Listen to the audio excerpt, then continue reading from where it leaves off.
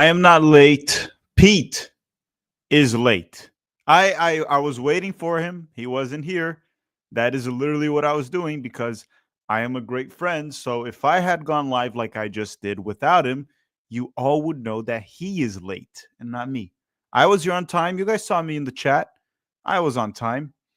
He may be. Hey! I am on time. Okay, so the lineup is out, and obviously, whatever the heck they put here on FootMob, I love FootMob, but I don't think Testament is playing the 10. Based on the lineup that we got, I think the most likely scenario is that Pulisic's playing the 10. But what me and Peter are about to do is we're just going to speculate the living crap out of this lineup because there are multiple different variations based on the players he put out there. Yeah, it could be a 4-2-3-1 with McKennie at the 10. It could be a 4-2-3-1 with McKennie at left back and Joe Scally at right back. It could be a 4-2-3-1 with Scally and Musa as the fullbacks. It could be Pulisic on the right, Pulisic on the left, vice versa. It could be a back three with Musa bombing forward in the A-Rob role on the right side. Like, there's so many possible permutations. Yeah, I think. Look, we could go on and just keep like speculating on this. I'm gonna put on screen very soon my guess, and we'll see who's right at the end.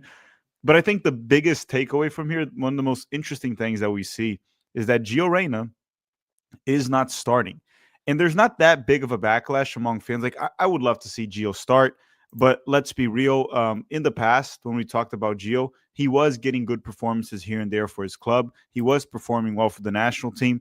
I can't remember the last time Gio Reyna put up two good performances in a row, whether it is club or country. So, with that said, Probably I'm pretty Nations League sure what last year. Probably Nations League last year. you might be right. That would be a year, 1 year ago. Yeah. Actually, I would say you are. I cover them every week, and so do you. I Like, think you're he played probably. well against Barcelona in the Champions League, but then the second game against Hoffenheim, even though he scored, he actually didn't play that well. Yeah, I think you might be right. It might have been like March of 2024, the last time Gio Reyna had two good consecutive games. And again, bench that Dortmund barely playing. We'll see. He's probably going to come off the bench because if I read to you the bench, the options are not great. So Gio will probably come off the bench in the second half, regardless of how this game is going. Just going to read it for you very quick, Pete. This is the bench. Patrick Schulte and Zach Steffen are the goalkeepers. Cameron Carter-Vickers, Max Arfston, Giovanni Reyna, Jack McGlynn, Diego Luna, Brian Gutierrez, Patrick Aguiman, Marlon Fossey, Mark McKenzie, and Brian White. Honestly, it's only Gio Reyna that can actually maybe change a game if we need to off the bench out of the players we've seen. Well, you know what else was interesting? Mark McKenzie. He's on the bench. Yeah, I take a little issue with that because I think we need to be trying to phase Tim Ream out. And Mark McKenzie's been playing very well for Toulouse. So I don't really understand that one. To be fair to Ream, he played well against Jamaica in those competitive games, and maybe Poch wants him there for the experience or the leadership. I'm not sure. It just feels to me like we're still persisting with a guy that shouldn't be a starter by 2026.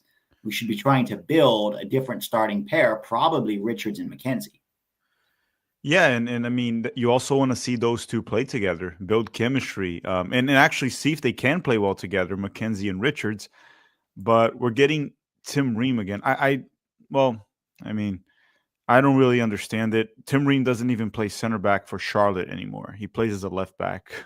So anyhow, that's another thing. But besides that, it's mostly the starting 11 you would expect. The only thing I wasn't expecting was I thought Musa would not start and Gio was going to be the 10, and then McKennie on the left and Scally on the right. But Gio Reyna's on the bench. Let me show you what I think it'll look like, Pete. This is what I think the lineup is. I don't know if you agree. It's a possibility. I think Musa will play right back, and I think Scally will play left back, and I think McKennie will be in the middle with Pulisic coming inside. But I think Pulisic will be on the right to allow Musa to overlap. That's what I think will happen, but I guess we'll see how it looks. Yep, and it can also change throughout the game. Edgar Castillo is saying was looking forward to a Johnny breakout game. Well, he's injured, so Yeah. It seems like Johnny was injured or got injured in every single Pochettino camp so far. He was injured in the October one, so he didn't even go. November, he came in and he started the first game and got injured, I think, like 15 minutes into the game. And then this one, he was actually catching really good form, scored and played well against Real Madrid, was doing well. And then he had a muscle discomfort, and they're keeping them in Sevilla. Which, by the way, it's not really an injury. He's fine, and not fine. Obviously, there's high risk of the injury becoming something serious, but he's expected to play against Sevilla in roughly like 10 days. So, Also, we found out what A-Rob's injury is. what is it? It's Hemorrhoids? like an overuse injury, probably because he hasn't really had a ton of. Here, he posted on his Instagram. I'll just read it to you what he said. Tendinopathy. So he said tendinopathy for a few months now, and it's increasingly difficult to manage. So he's had this injury for a while. After consulting with both medical teams with the quick turnaround in the Nations League games, I don't think I could have contributed to the team at a good enough level.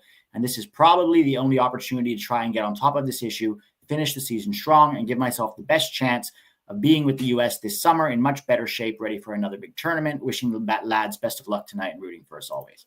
So it sounds like he'll be back with Fulham. It's more rest, because if it's an overuse injury, you just need to rest it. Also, it sounds like someone told him that we're bringing the A team for the summer, which is good. That is good. Yeah. That will get 2 friendlies plus potentially 6 games. So solid month in camp, 8 games with the A team. We haven't played the Gold Cup with the A team since 2019. Yeah.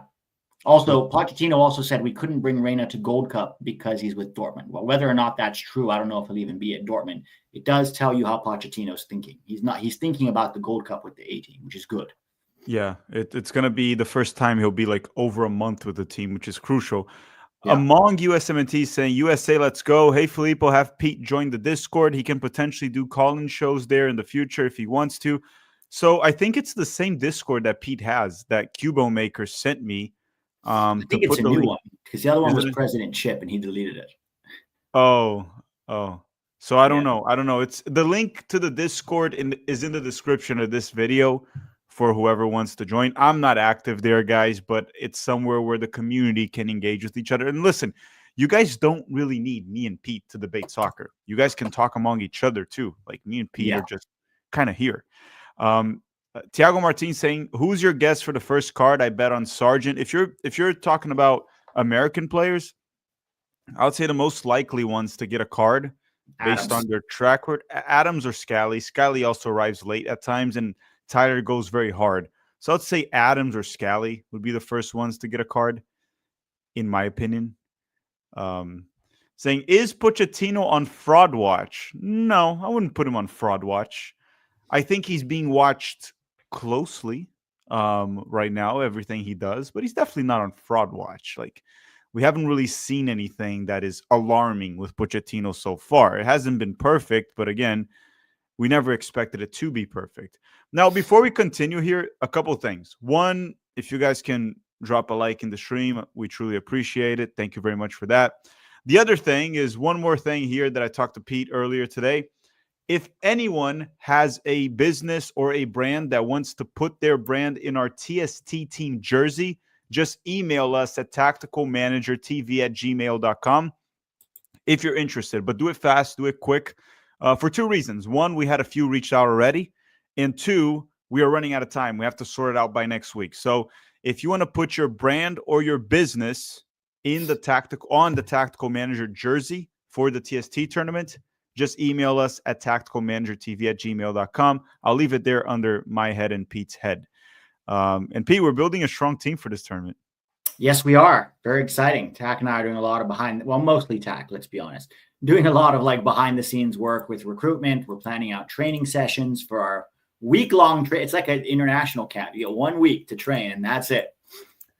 Well, also on top of that, I made sure to bring in a few former MLS players because if shit hits the fan, we have to blame someone. So exactly. I got that taken care of. Greg Berhalter will be responsible.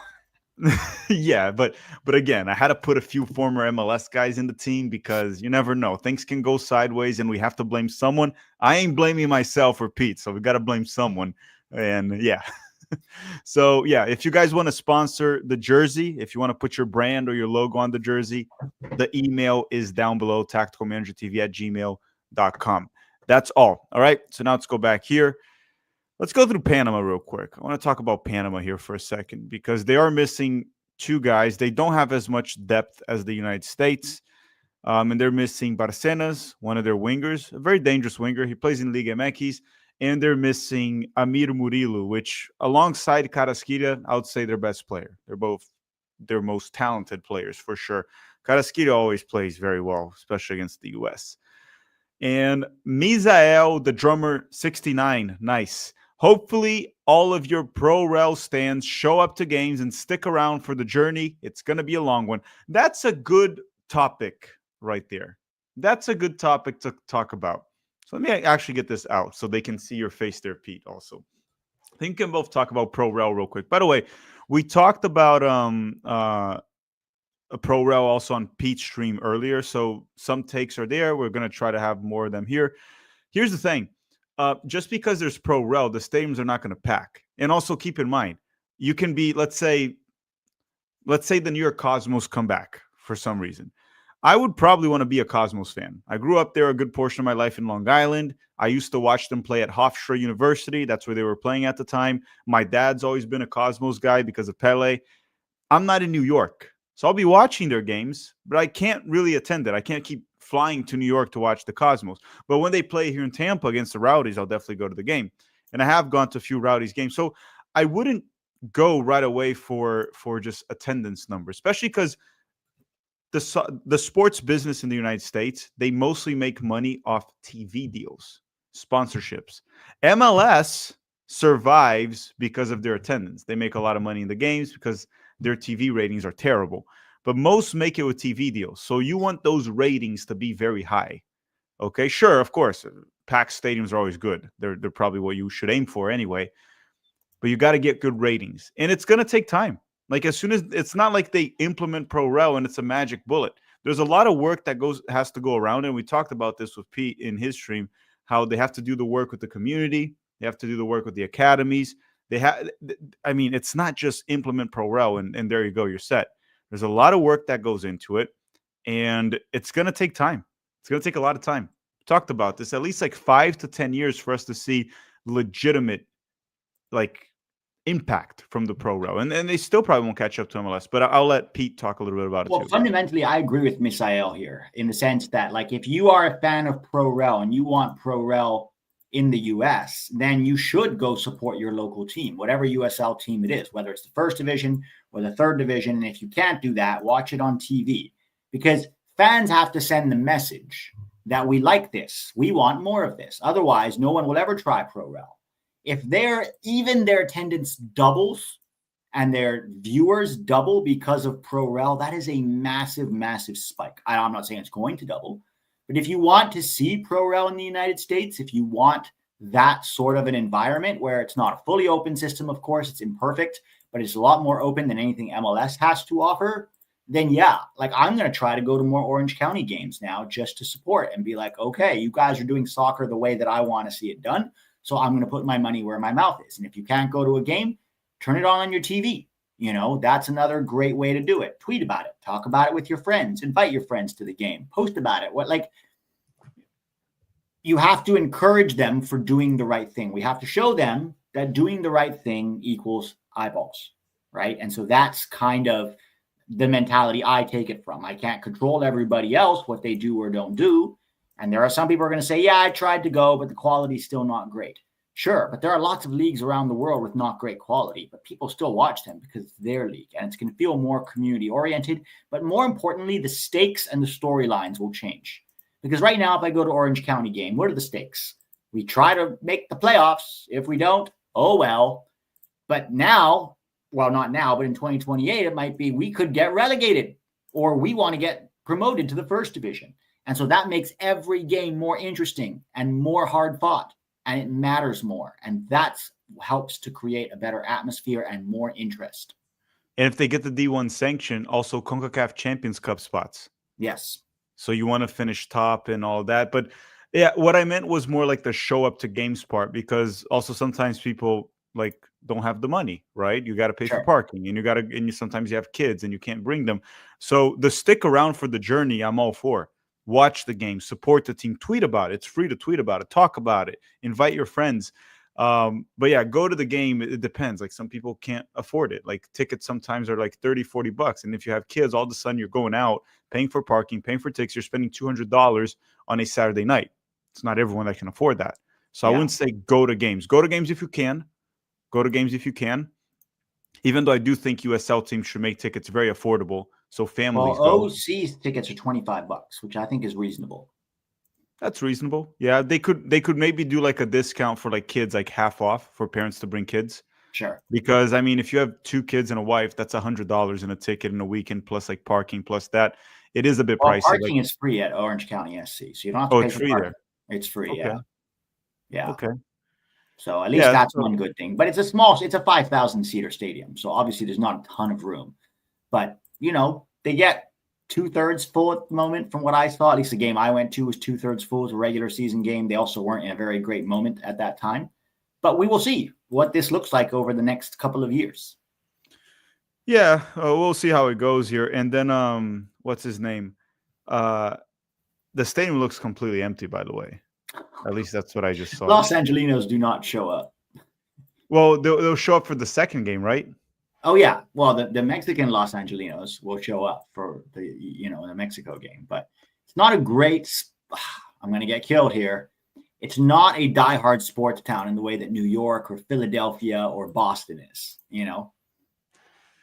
Tiago Martins saying, is it common to watch soccer matches in bars, Tack? You mean in the United States? I used to watch a lot of UFC fights in bars, and I know people do watch like March Madness, sometimes Super Bowl, of college football a lot. There are soccer bars in America. Like when I went to Charlotte, they had I forgot the name of the street, but they had this street just with soccer bars that were like named after Premier League clubs like Chelsea, Manchester United. So there definitely is. It's not like something that's really deep into our culture, right? Like if you go in American culture, soccer is not that deep into it. It's more like college football, March Madness, NFL, NBA, Major League Baseball. But there definitely is. I mean, this is a massive country. You can find whatever you want here. Yeah, I think the thing is that the good soccer that people want to watch is usually on early in the morning.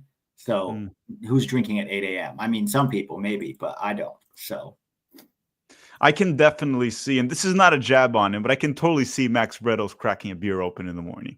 100%. Max loves a fine beer.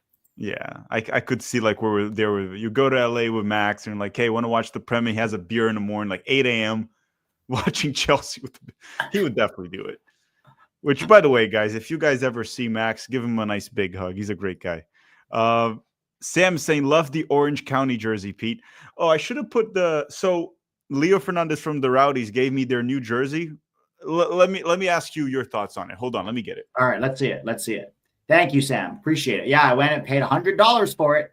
I was trying to support the club. Got a ticket, went to the game, bought the jersey, got to see the environment firsthand. It was fun. Oh, that's pretty good. I liked it. It's better than last year. Yeah, that's a nice jersey. Yeah. You should wear it for the post game or something. Yeah, I should put it on. And they put it made of like silicone, the badge. It looks really nice. Good quality. Yeah, it looks good. Orange County has an orange jersey. This is their primary jersey, which, white dudes, we don't look great in orange. But this black one with the map of Orange County on it, it looked pretty cool. So I liked it. Yeah, the Rowdies, what I'm going to do, since I got this one here for free, and this is the game one, and it's beautiful, I'm going to buy another one to give my dad, because I think he'll like this shirt. It looks nice. The jersey's nice. Last year, I didn't buy it. They had a Puma one, but it looked okay. But the quality when I went to get it wasn't that good with Puma, which was a shocker to me, because Puma is usually really good. And then when he gave me this one this year, I was like, holy crap, this one's actually really good quality. It's a great jersey. But let's see here. And let me ask everyone here in the chat before we even continue and talk about this game specifically, which is what we're here for today. Score predictions for this game, because I tweeted this out, and I'm actually very confident, Pete, that the U.S. will win this game. We are better than them in pretty much every position. Someone did bring up one point, which might be true. Like, Carrasquilla could be better than Tanner Tessman. Probably is, Carrasquilla, in terms of performance, at least. We've seen it. Outside of that, the U.S. is better in every single position. This game is not in Panama, We no longer have the evil bald man in charge, the gym teacher, or actually, I apologize to the gym teachers. They did not deserve to take a hit here out of nowhere, man. Every Gym single teachers gym everywhere teacher. losing hope by the minute, being compared to Berhalter. But remember, people were actually in person very in love with Berhalter, and it was the most successful period in American history ever for soccer. So stop calling him a gym teacher. Yeah, we broke the record of being the first host nation to to get grouped in the Copa America. That was a nice record to break, considering Venezuela has hosted it, Bolivia has hosted it. They found a way to get out, but we didn't. Well, it's even funnier because the last time we were in Copa America, we made a semifinal. So I'm not sure how with Jurgen, which was allegedly a shit coach, right? Yeah. Terrible coach. Yeah. So Matthew Dominguez is saying Dodgers and Lakers games sell out every night. Well, I mean, that's the LA Lakers and the LA Dodgers. These are the like Lakers are the best team in the NBA, right? They're not the best, most popular. They're the most popular in the US and outside, the LA Lakers. Yeah. And I'm no Major League Baseball fan, but everyone freaking knows the Dodgers. So yeah, and they're saying no one wants to pay $100 to go watch the US play Panama at 4 p.m. during rush hour on Thursday. Well, they don't want to because the US men's national team also ain't that popular. It hasn't given them a reason to. Because trust me, Mexico plays after, it's going to be sold out. It's going to be sold out for Mexico right after. So it's more of a USMNT problem than the event itself. But I mean, you can't really compare it to the popularity of the Lakers and the Dodgers, right? No. Unfortunately, right? Because it should be, because it's our freaking country. But yeah. How does Cucho Hernandez's current run with Real Betis impact the global perception of MLS and American soccer, or does it? It doesn't impact it at all. Cucho Hernandez was developed in Colombia, right? Then he moved to Europe. He played in La Liga, in the Premier League. He struggled. He came to MLS, did well, and then he came back a more mature player to La Liga. He wasn't developed in MLS at all. MLS seemed to be like the place where he had to take a step back so that he could get his confidence back up, right? Mature maybe a little bit more as a human. I don't know. I don't know him personally. And then he went to Real Betis. He's doing well. It's not like he's dominating La Liga. He's doing well. But he's got 1 goal in 5 games. Like that's not. No, but he's playing well. He is playing well, but he's not going on this incredible run either. Whereas in Columbus, he was probably the best player in MLS, not named Lionel Messi. Best forward for sure. Yeah. And so again, it's like it doesn't really change how anyone sees MLS. He's not developed in MLS. Like he could have also gone back to Colombia, spent 2 years, and then went back to Europe more mature and done the same. So I think MLS gave him a good platform, but that's about it. I don't see anyone in Europe even talking about like the fact that Cucho came from MLS. It's the same like with what's his name? Tati Castellanos. He went to Europe. Yeah. He did well, and he's still doing well, but it doesn't really matter. He actually didn't he criticize MLS the other day? Tati Castellanos. Did he? I must have missed that. Yeah, he said something really funny, saying that like there's no pressure. He's talking about that. Well, everyone says that, it's like nonstop. The only person, and then the MLS fanboys get mad. Even the USMNT players say it, when they go, how many of them said it? Tessman said it. Tyler said it. Eddie Johnson said it too in my interview. Johnson. We've got, what's his name? The Uruguay coach, El Loco. What's his name? No, he didn't say pressure. He said it makes players lazy. Lazy, yeah, because there is no pressure. So, Bielsa. There's about as many people in the stadium as in this stream. So congratulations, everyone that tuned in. We're making history today. We're making history here. And if you guys just tuned in, don't forget to drop a like in the stream. We have right now, let me see, only 240. So that's a bit of a disappointment. That's a disappointment right there. But they're playing the national anthem already. It's 6:56 p.m. Eastern time. The game is on Paramount Plus. And it should start in roughly 4 minutes. They're playing the Panamanian national anthem, and then obviously after we get the United States one. I'm curious also to how Panama will behave in this game because they normally don't play a low block. No, they normally don't, but I'm expecting them to do so today. Here's the thing: Thomas Christensen has never done that with Panama, so I would be very surprised to see him change it up now. You are right. You are right. I don't see why he would change, especially because he's been successful with Panama, right? So Yeah. why change the formula?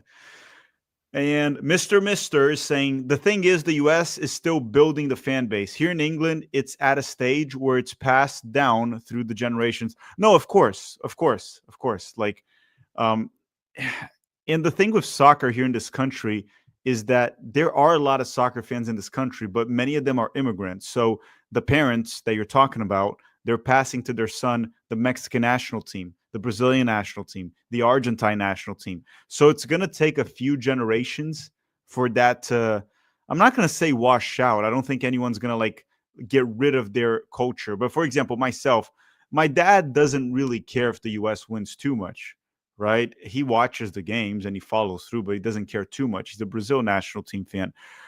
But I've been here so long that part of that Brazilian culture leaves you after you're here for so long and it mixes in with Americans. So I kind of follow both and I root for both Brazil and the United States. And if I have a son, it's going to be like more American. And that's usually how it goes. So it might take a few generations, Mister, for what you're saying, because we do have a lot of soccer fans in the US, a lot of soccer fans. I'd also argue there was more USMNT fans, 10 years ago than there are now. Like not qualifying for the World Cup and then the Greg Berhalter era also soured a lot of people on this team, right? You had a terrible World Cup.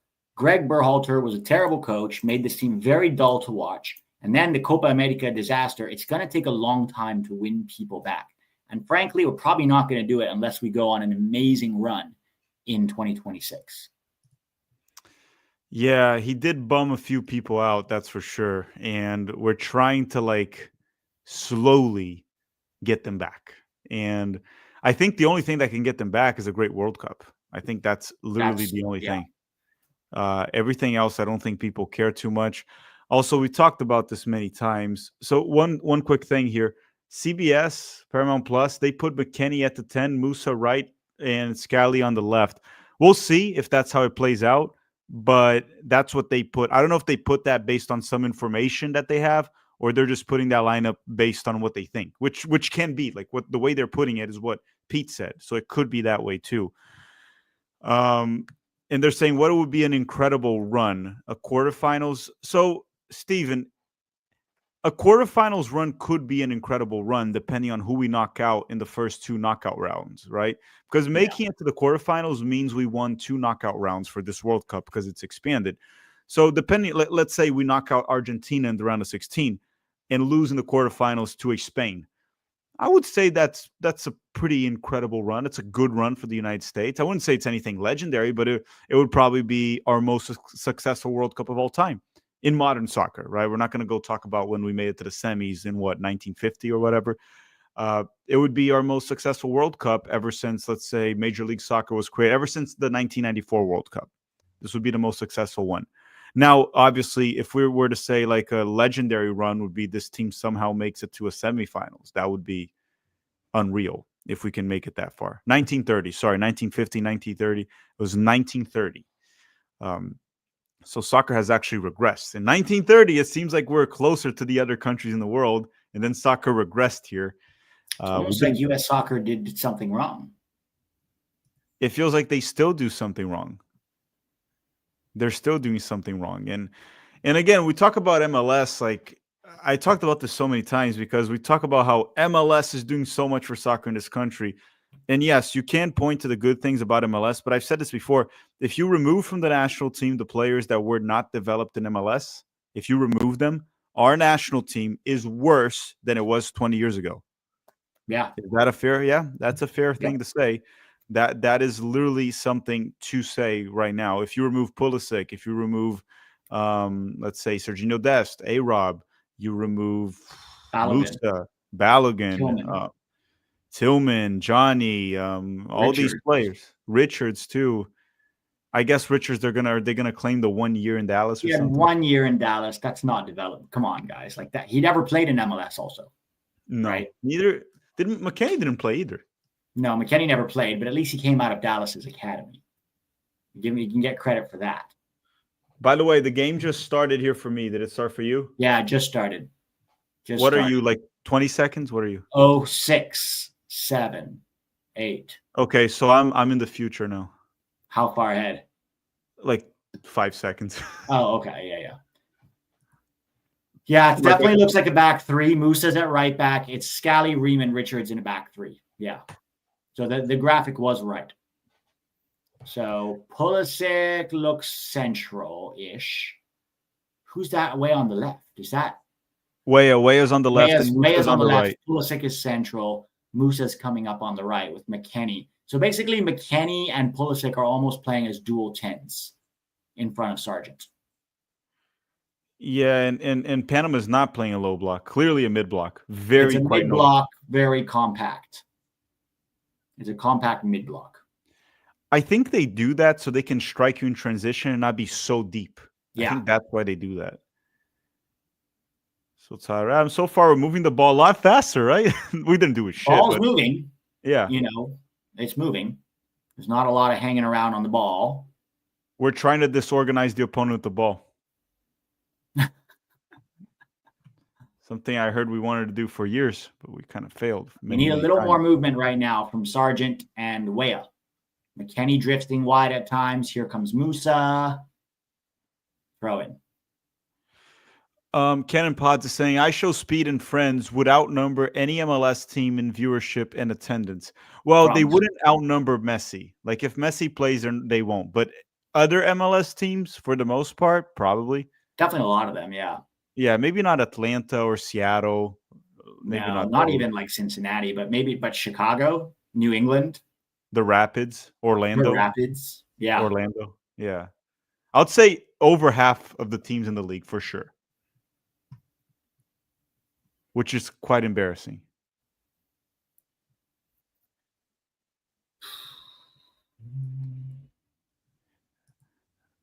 Okay, let's go back here to the game.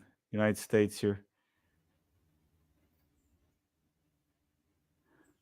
Weston McKennie down the right flank. Let's see what McKennie can do from this. Finds Sargent. This is another one we talked about, Josh Sargent. He needs to put a performance today and score. Yeah. It's past due at this point for Josh Sargent. Corner Sargent. What was that? No, it got deflected. It's a corner. It's a corner. Oh, okay. All right. Well, I'll go watch the game and I'll be back in and out, and then I'll definitely be there for halftime. I'll see you soon, Pete. We'll see you soon. See ya. I love it when we're alone here. And Pete's still here. No, he's still... Is he frozen?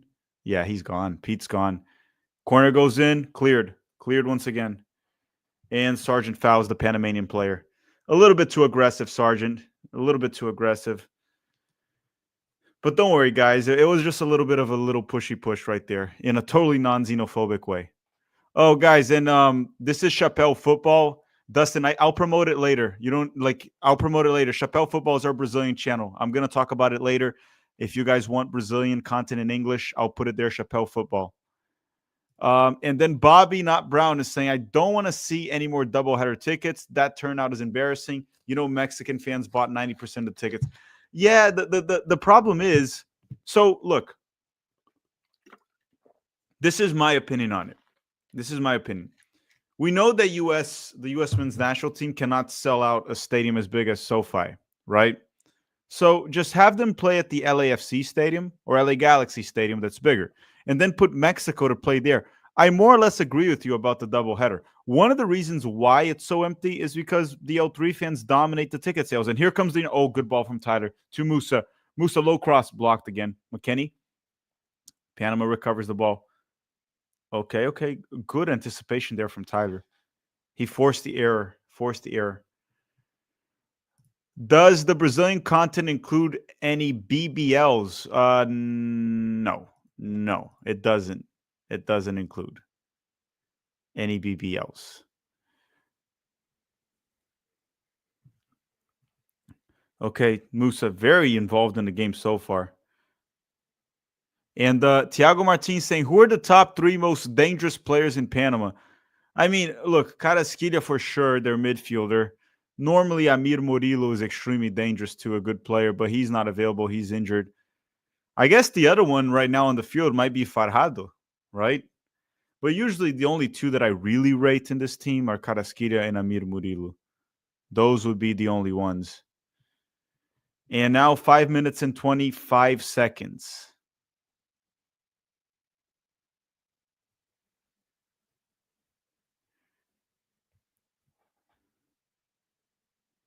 Really? There's no Univision on your area, Zachary? And then you're not paying for member. I can't blame you, dude. I'm not going to lie. I don't like most of the coverage from Paramount. Oh, my screen is black. Okay, it's back. Couldn't see anything. Long ball from Panama. Matt Turner is able to collect it 5 minutes into the game. United States controlling most of the possession. We haven't really created much outside of getting like a corner here and there. Productive Grind Academy saying LA Galaxy versus LAFC sold out the Rose Bowl on back-to-back 4th of Julys, but the USMNT struggles to even fill out half a stadium for a tournament. You are right. You are right. And the Rose Bowl is what, like 90,000 people? 80,000 people? But again, a lot of, if I'm not mistaken, a lot of it is like the same El Tri fans, like Mexican Americans that will fill out the game later. I'm pretty sure Mexico versus Canada will be close to sold out. El Tri fans show up, man. They show up for the games here in the US. It doesn't matter where Mexico plays, they show up. This game is free on YouTube. Wait, what? Are you sure it's free on YouTube? I don't think it's free on YouTube. It's free on YouTube if you're not in the United States.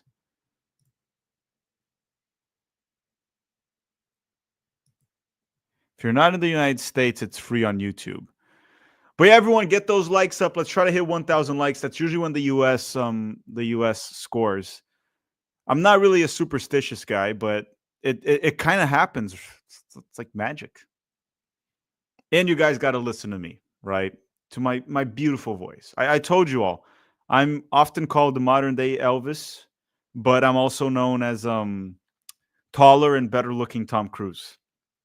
It is true. I did not make up that nickname. People just call me that. Taller and better looking Tom Cruise. I'm walking down the street and like, hey, is that Tom Cruise? No, it's not him. That guy's too tall to be Tom Cruise. But they do say it. It's true. I totally did not make that up. Carrasquilla with the ball for Panama. Opens it out wide to no one. The U.S. playing a bit of a high line here, pressing Panama. And Musa recovers the ball for the United States. Chris Richards has it. Okay, Richard. Oh, Richards. Oh, my God. Richards, what did you just do? Terrible giveaway from Richards. Tyler Adams recovers for the United States. Beautiful tackle from Tyler. Tyler Adams just saved Chris Richards' ass. That was a terrible, terrible giveaway from Richards. Just got bodied by a player that is about half his size. That is as if Tom Cruise bodied me, a guy twice his size. He just got bodied by a guy half his size, lost the ball, and then Tyler Adams had to come in with a clutch tackle to save the U.S., man. He had to save the U.S. right there because it would have been a 1v1 against Matt Turner.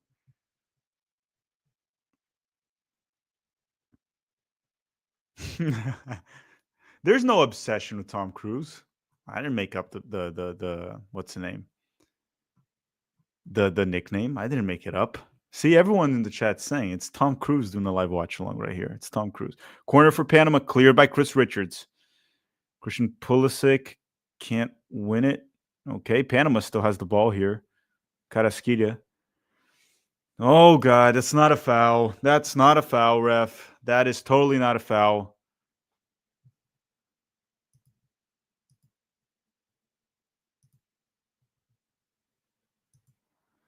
Jeez, man.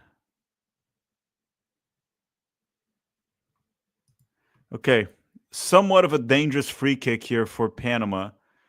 I'm at minute 9:33, 9:34, 9:35, 9:36, 9:37, 9:38, 9:39, 9:40. Free kick for Panama. It was a bit of a soft call from the ref. Let's see what Panama can do. Cross goes in, cleared by, I think it was Sargent cleared it. Richards, and then Ream just blasts the ball forward whatever way he could. And Panama will control the ball here. Panama control. We're letting Panama get a little bit too comfortable in this game. They're getting a little bit too comfortable. You're behind me. How behind can I be, man? I'm watching it on Paramount Plus. Where else are you people watching it?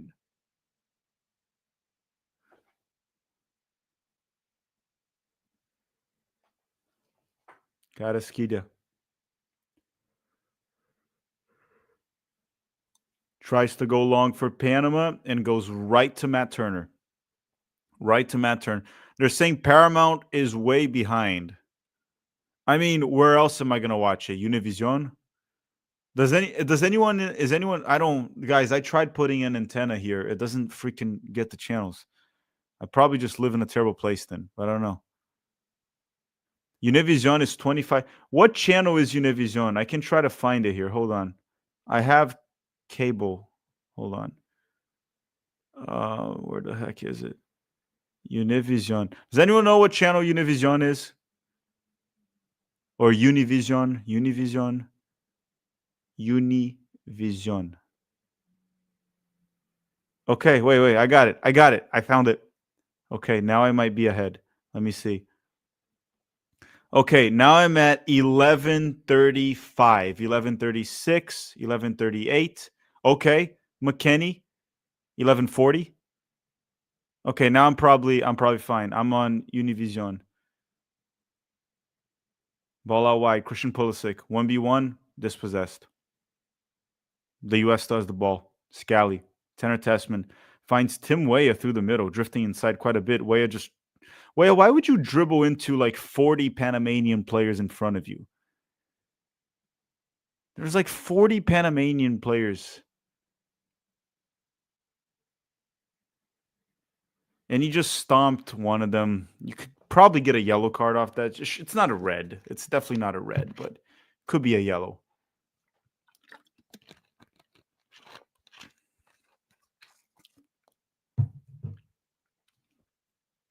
Say not good. Yeah, I would say the U.S. is not off to a hot start. I mean, it's been 12 minutes and we haven't really created anything. Panama had one good moment where Tyler Adams came in with the clutch tackle. And then they had set pieces, which we also had like a corner. And we're pressing them very high up the field right now.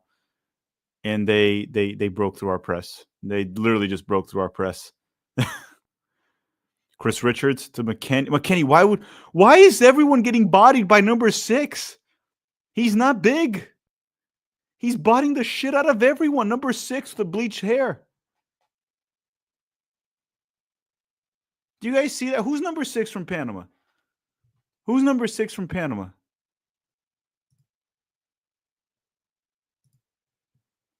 Okay, let me see here. Who the heck is number 6 from Panama? The dude is like bodying the crap out of all of our players.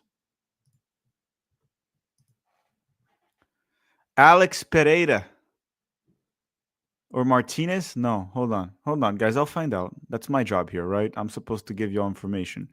That's my job. Let me not give you guys work. So number 6 for Panama is Martinez, Christian Martinez. And I go on FootMob. They don't even have a team for this guy. The dude is like unemployed. I might want to check if he wants to play for my TST team because this guy is good. Need to get a hold of, like, can someone find how I can reach out to Christian Martinez from Panama? Does he want to play in the $1 million tournament this summer? Corner kick here for Panama, actually. Looks like we're going to need Gio Reyna in the second half. Panama, short corner, cross goes in. Oh my goodness, Matt Turner. Comes out in such a soft way. I thought they were actually going to score that. Chris Richards just tries to go long, and Panama, we're actually getting outplayed by Panama. We're getting outplayed by Panama right now. I don't think that's a wild take. Sure, they're not creating very high high probability goal scoring opportunities, but we are definitely getting outplayed by them. Carrasquilla. We're not looking good. Randy said, the last few years, do we have more injuries than average national team? When was the last time we've seen our best 11 in 2 matches in a row? I would say no. Most national teams deal with a lot of injuries. It's just that our depth is not the same as the top 8 teams in the world, or top 10 or top 12, whatever. So my point is, no, I don't think we have more injuries than them. I mean, look at Brazil, how many players they're missing right now, right? Neymar is still injured, or he got injured again. Um, who else got cut from Brazil? I mean, look at Argentina too. Messi is out. Lautaro Martinez is out. Every national team deals with a lot of injuries. It's just that you follow the U.S. more closely, so you notice it more. At times, yes, we've had too many injuries, but we also don't have too much depth, right? That's the thing. Like Brazil, for example, you lose Neymar, you still have Rodrigo, you still have Vinicius, you still have Rafinha, you still have options. Now, imagine if the U.S. loses Pulisic, we're screwed, right? We're screwed. Brazilian Fury, Chris, how you doing? Say good luck to our Brazil boys and the USMNT today. Yes, Brazil plays at like 9 p.m. So I'll watch Brazil and Colombia at 9. It's after. Well, I'm going to be doing the post game with Pete and following along the USMNT, the Brazil game. And Pete's back and he doesn't look happy. He has his angry face on. It's not looking good, man. We look really disjointed this first 15 minutes. We're getting outplayed. Getting outplayed. Our front three needs to move off the ball a lot quicker. Our midfielders look like they can't pass to save their lives. Both Tanner and Tessman have looked really disjointed on. Tanner and Tyler haven't looked good on the ball. Richards, man, what was that? Yeah, Tyler had to save him, man. Tyler saved his ass. I mean, like Tyler's doing good defensively, but when we get the ball into the midfield, it's like we don't know what to do with it. And some of it is the off-ball movement of the forwards is not great, but some of it is it feels like we lack that creative force in midfield.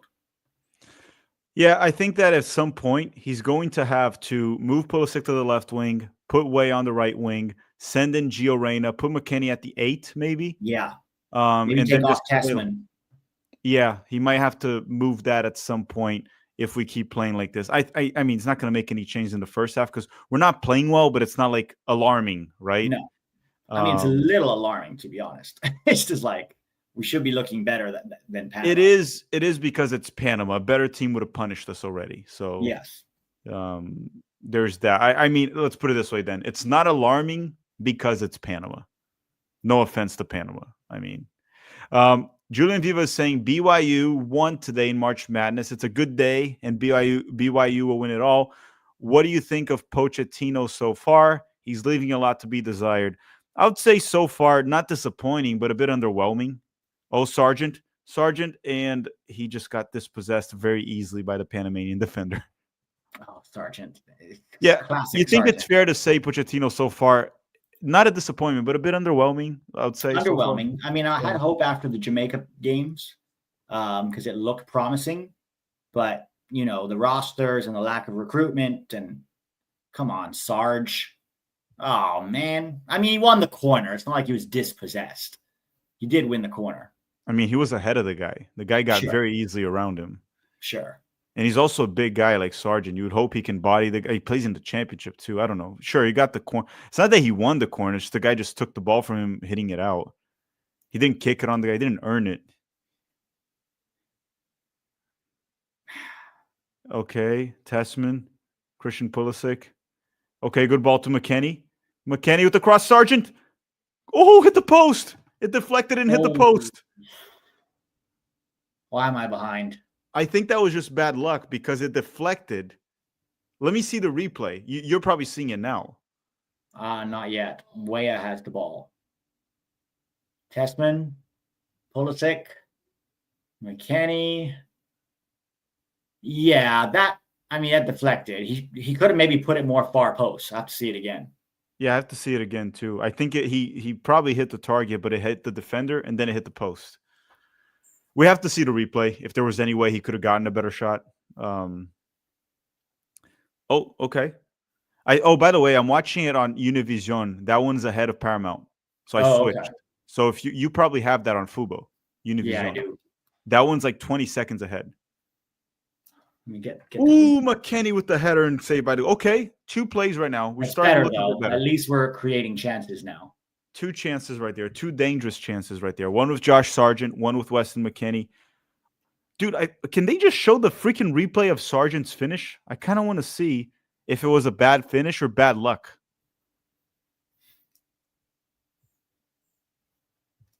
Okay, like right now I'm seeing it. Let's see. No, like his finishing was fine. Like he got it out of the goalkeeper's way and then it hit the defender. The defender blocked it and it hit the post.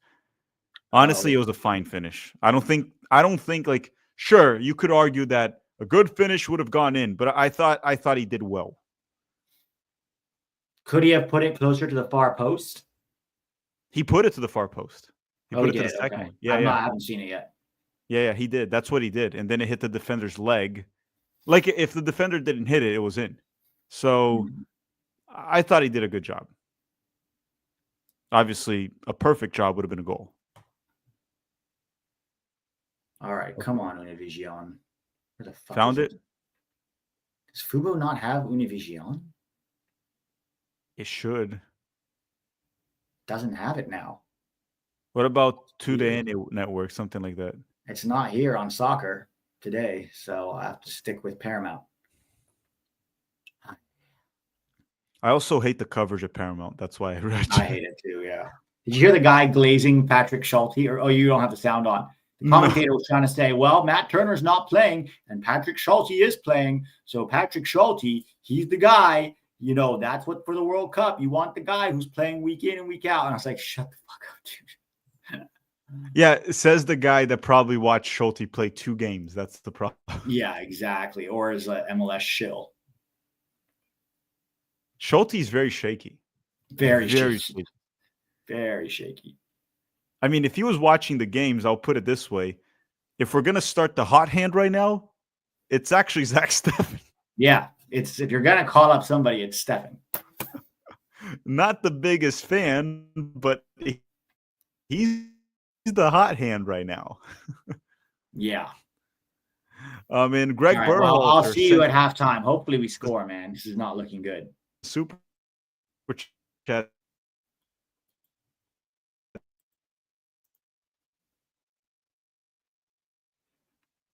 saying, "See, I told you. We dragged the 0-0. Am I here? Am I here? Wait, am I You here? froze for a little bit. I don't know if it was Okay, you thank or you. me. I was gonna call you to say, "Hey, can you stay there?" I was like, Oh yeah. "Okay, I'm back. Okay, you're free to go." All right. All right. Thanks, Pete. See ya. Sorry, guys. That's what happens when you pay for the cheapest Wi-Fi. That's what happens. Greg Berhalter said, "See, I told you, Panama are World Cup favorites." Yeah, Greg. Yeah, right. Well, we're also starting to look better in the game. I wonder what's going on with my internet, though. My internet's usually really good. Okay, so now we're starting to look a bit better the past 5 minutes. We created 2 chances, one with Josh Sargent, one with Weston McKennie with a header. One hit the post, was deflected and hit the post, and the other from McKennie was saved by the goalkeeper. Not a tough save, but he still hit the target. Okay, here comes the U.S. Cross goes in from Tyler. Pulisic settles it. No, we didn't get it. 23 minutes. Too many people at McDonald's. What do you mean too many people? Oh, I'm not streaming from McDonald's. I actually don't. I don't really like McDonald's, guys. I don't. I just don't. What minute am I? 23:40 right now. 23:41, 23:42. Chris Richards. Tim Ream goes long. Weah's through. Nope. Has to settle it. Almost lost it. Weah still has it. Cross goes in. Oh, Sargent scored. Oh my God, it's a miracle. Sargent just scored. So, it was offside. Oh my God. And he wasn't the one offside. It was Weah, probably. This guy has to be one of the most unlucky dudes in the world.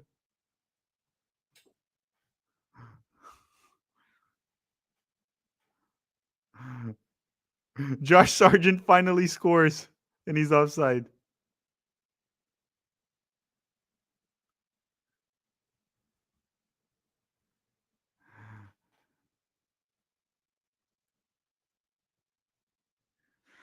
Oh. He finally scored. This dude is so unlucky. Yeah, I'm sorry, Josh Sargent. Play it on. Yeah, Tim Weah was off. It wasn't even Sargent.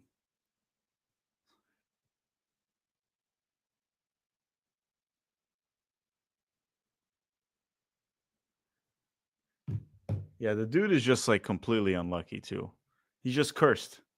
The dude is cursed. Okay, the Panamanian player is down now. It's Martinez, number 6, the guy that I'm recruiting for my TST team. My TST team. Which, by the way, as I said before, make sure to drop a like if you guys haven't already, and I'll put it here once again. If you want to have, your brand or your company or a business you work for on our jersey in the TST, email us at Tactical Manager TV. We're looking for sponsors. We're looking to close the deal quick. So email us at Tactical Manager TV if you want to have your brand or your business on our jersey in the TST tournament, the $1 million tournament. There's the email, tacticalmanagertv@gmail.com. All right, back to the game. The player is no longer down. Tim Ream heads it back to Turner. Good head game there from Tim Ream. Very good head game right there. All right. Let's go back here. United States with the ball. Obviously, in possession, we're playing a back three. Musa's pushing high up the field, right? He's not playing really as a right back in possession, almost like a right midfielder, right winger.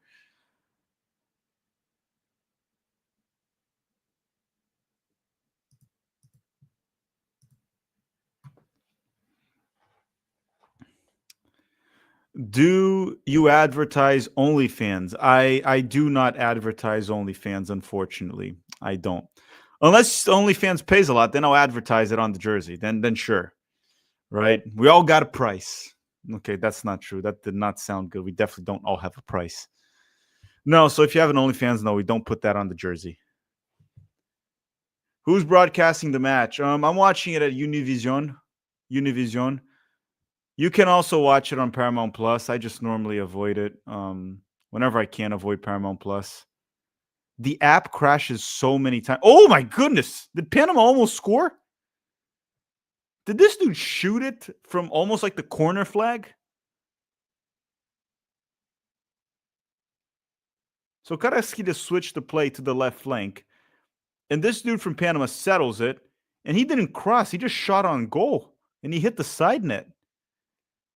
I mean, that just shows that Panama has no respect for Matt Turner. No respect for him. What's his name? Thomas Christensen's strategy is like, hey, they got Matt Turner on goal. Just shoot it from anywhere. The thing with Turner is if you what's his name? If he's on a good day, he's actually an incredible shot stopper. And Josh is saying, don't sell out, Tack. I never sell out. If I wanted to sell out, we would have sold out a long time ago. You have no idea how many deals we've lost here at the channel due to my behavior.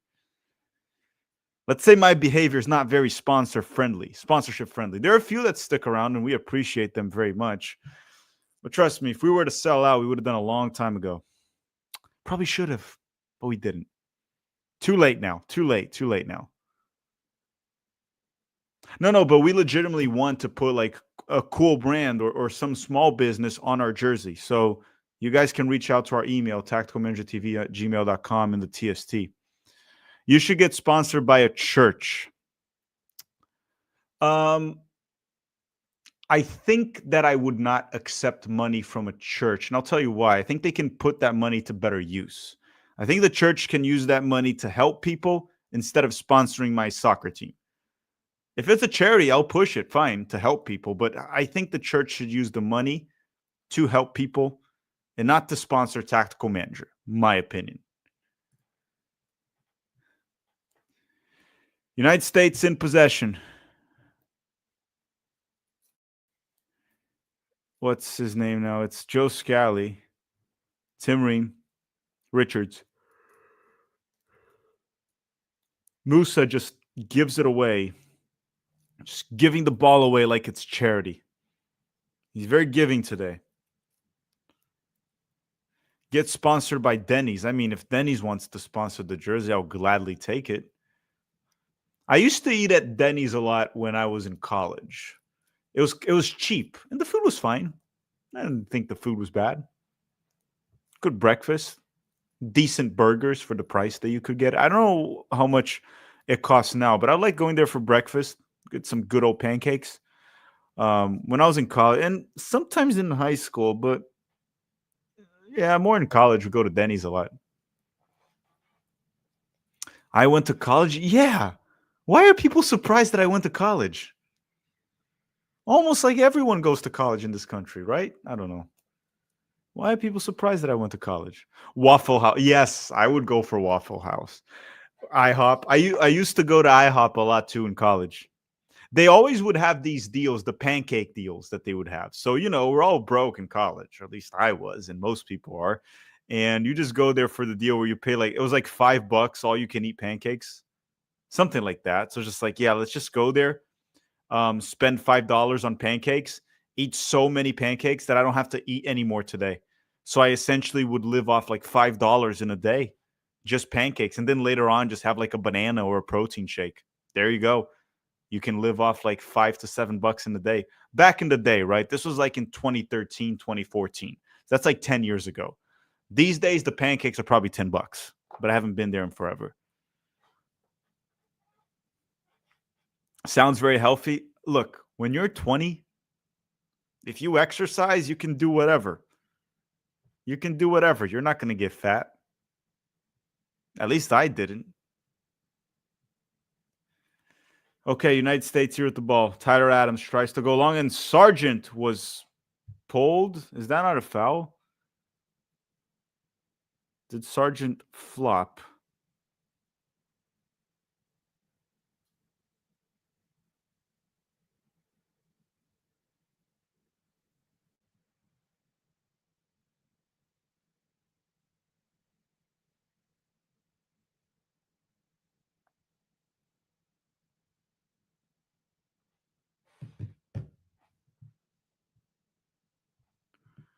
They're saying, can you cover the match and not Waffle House? Yeah, that's a good point. I should probably stop talking about Waffle House. I'm also giving free advertisement to a bunch of places that don't sponsor me. I shouldn't be doing that, right? That's really stupid.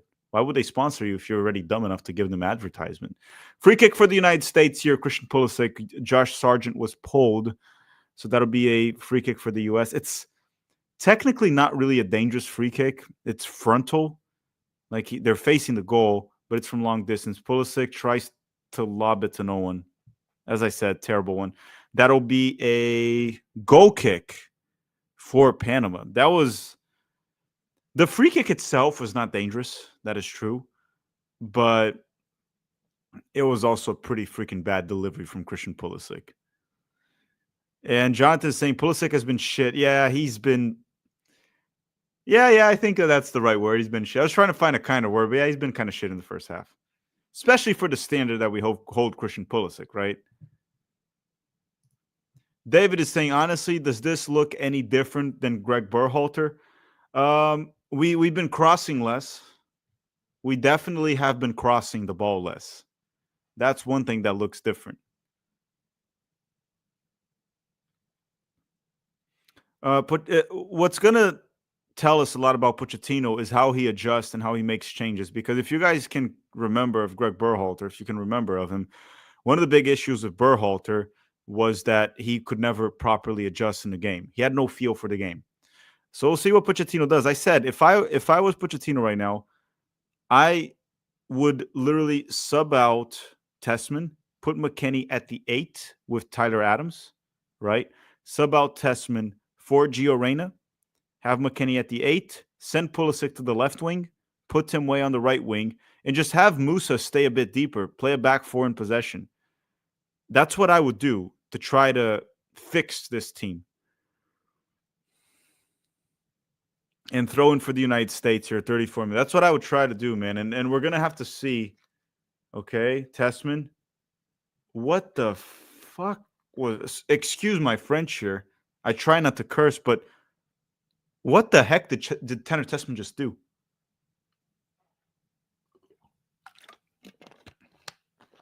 What did Tessman just do?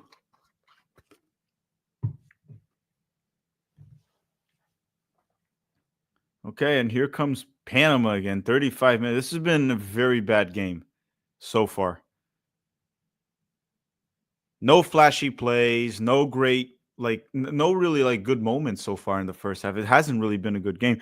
Pochettino should make adjustments in literally at halftime. As I said, replace Tanner Tessman with Gio Reyna, put McKennie at the 8, and just switch, put Christian Pulisic on the left wing and have Tim Weah play on the right.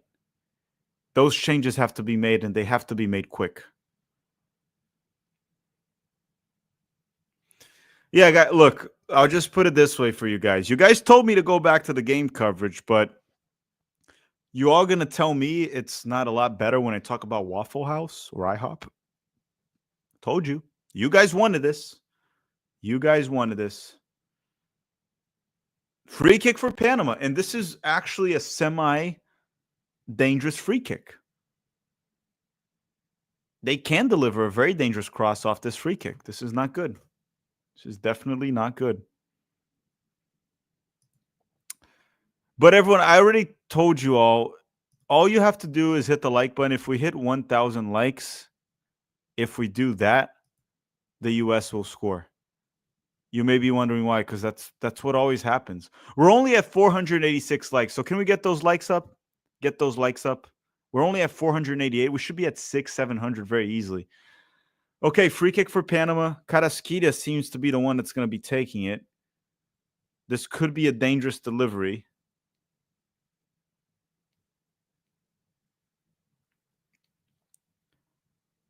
Carrasquilla. Okay, can you just take the freaking free kick? Holy shit. It's taking like a whole minute. Okay, ball delivered. Oh my goodness. You took that long to just kick it out of bounds? Straight kicked it out of bounds. That was such a shit kick. Yes, guys, Tanner Testman has looked horrendous in the first half. Has looked horrendous. And sorry, Jake, yes, you're right. I should probably curse a bit less.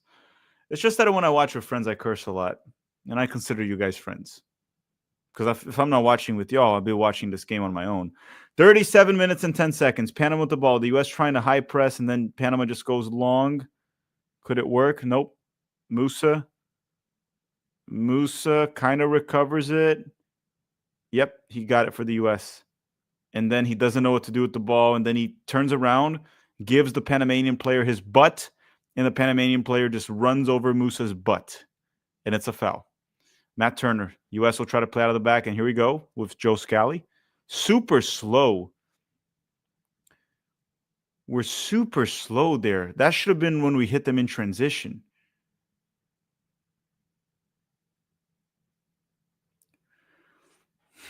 Chris Richards. And here comes, was that Testman? I don't know what you guys are talking about. I'm still here watching the game. Weah dispossessed. Terrible. What is Weah? Why is Weah continuously dribbling into Panamanian players today? And here comes Panama, blocked by Chris Richards. Joey, just to be clear, we have 2 group stage games at this stadium next year. Yeah, you're right. We do. You're right. In the World Cup.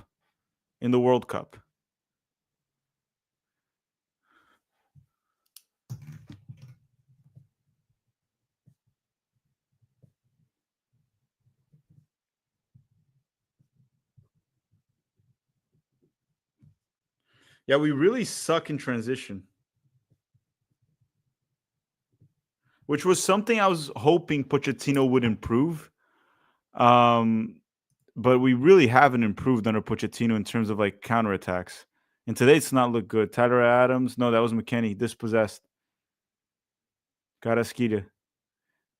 What sucks here is like the way this game is going. Okay, here comes Panama again. They're starting to enjoy this game a bit too much. Testman. Okay, Pulisic. Terrible pass from like we can criticize also Testman all we want. He has been hot garbage so far, but Pulisic hasn't been good either. Weah hasn't been good either. Who has been good for the U.S.? I guess Tyler defensively has been quite good. Julian Viva is saying, Tack, who will coach the USMNT after 2026? I don't know.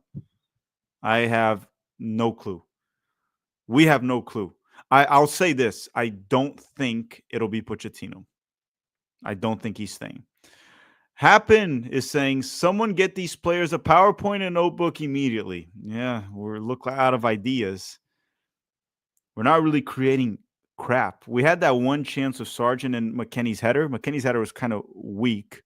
And Ream having to go all the way back to Matt Turner.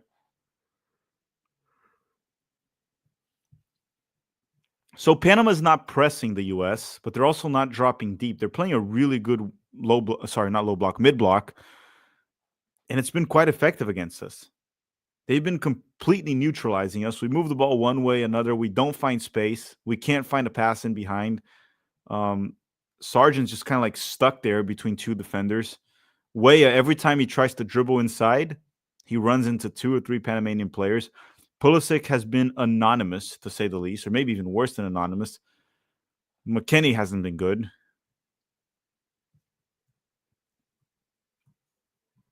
So Gio Reyna to the rescue at halftime? Is that what's going to happen?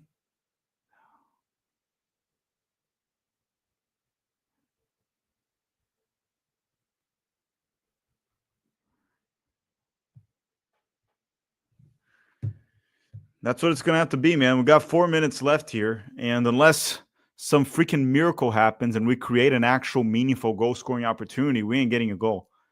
It has to be Reyna for Tessman at halftime, and then you move McKennie to the 8. Tessman, Pulisic again. Pulisic, what's wrong with Christian Pulisic today? What is wrong with him? This does not look like the Christian Pulisic we see for Milan.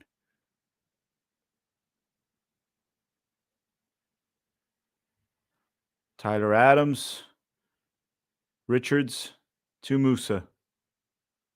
Back to Tyler. Okay, we keep moving. Now Panama is sitting very deep. Pulisic drives inside, finds Tessman. McKennie try to back heel to Christian Pulisic, and then Panama recovers the ball very easily. We haven't done shit for 42 minutes, man. Panama has also looked far more composed, confident on the ball, strong passes, moving it with a purpose when they move the ball. It seems like Panama moves the ball with a purpose and we don't.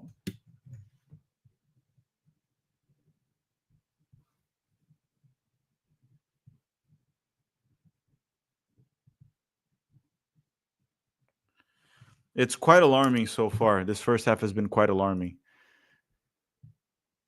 We're going to have Pete here in a very bad mood. It's funny because if we go from 2020 beyond, the best soccer I have seen the U.S. men's national team play was under B.J. Callahan. I'm pretty sure the best we've seen was under B.J. Callahan, which is freaking weird. This is giving Pete Pete has diarrhea very often, so you never know if it's the U.S. or something he ate in L.A. You never know. Greg Berhalter, this is what happens when the team has the team's heart and soul, Poriola, without the team's heart and soul, Poriola. Greg Berhalter didn't call up Poriola in a long time, so yeah, you might be right. You might be up to something. Panama with the ball once again, 44 minutes here in the first half. We got roughly 1 minute to go, and whatever the ref adds, I think he's going to add like a minute. The game didn't really stop too much. And Edmund is saying this isn't 2 legs. No, it's 1 leg. It's this game. It's a one single leg knockout round. Single leg semifinals. 1 game. You win, you go forward. You lose, you're out.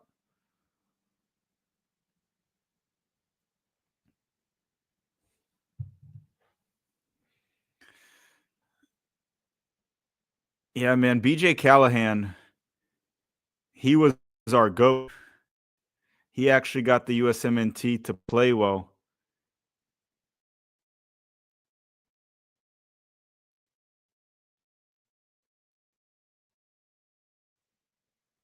I really miss BJ Callahan.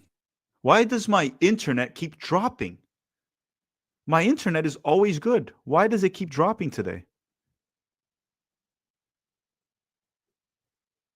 It doesn't freaking make sense.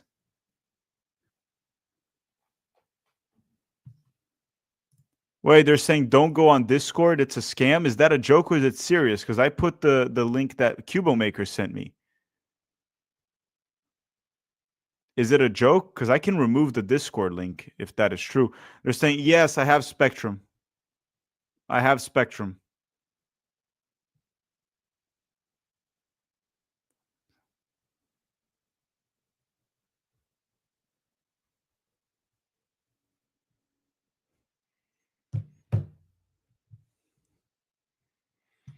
Let me see here. The Discord link is a scam?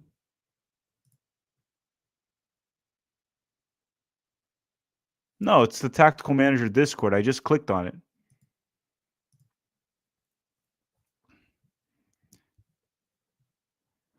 Why do I think the Discord is a scam? Because someone put it in the chat, but I don't know if they're trolling. So the first half ended here. So I don't think the Discord is scam. Someone wrote that in the chat, but then I checked. It's not. I just clicked on it. Okay, Trey saying, can someone check the U.S. pulse? Damn. Yeah, we look dead. Remember we talked this morning about underestimating Panama and sort of seeing this. It's kind of a trap game because it's like, yeah, you're supposed to beat them. And on paper, technically, they're an easier opponent than Canada or Mexico. But it's easy to look ahead at that Canada-Mexico game and just sort of accept that you're supposed to walk over Panama. And then when you come out looking like that, you find out, well, shit, it's not that easy, you know? And so I think we have to, I don't know if that's what's happening, if we've underestimated Panama, but we look super disjointed across the entire team. Pulisic has barely touched the ball at all. Well, when he does, he loses it. And when he does, he loses it. There's just a real lack of cohesion there, which is not good.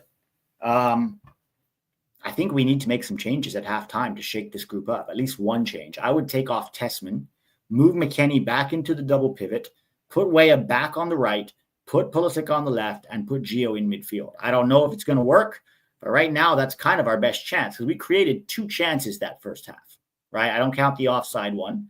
So the McKennie header and the Sargent shot that hit the post. That's it. I mean, outside of what you just said, what other options do we even have on the bench? That's the problem. Is Luna and Guti. That's it. Aguiman. Like, it's not exactly guys that you trust to come on and be a difference. You know? Yeah, I don't think Aguiman's going to do much more than what Sargent did there. So I would do the same. Just McKennie goes to the double pivot with Tyler. And by the way, McKennie has been horrendous so far. But I would put him there because Tessman has been worse somehow. And then Pulisic to the left wing, Weah to the right wing, have Gio play the 10. And we talked about this. Gio Reyna loves the Nations League. These are the games he comes in and is a factor. He was huge in all 3 editions so far, right? Did he play the second one?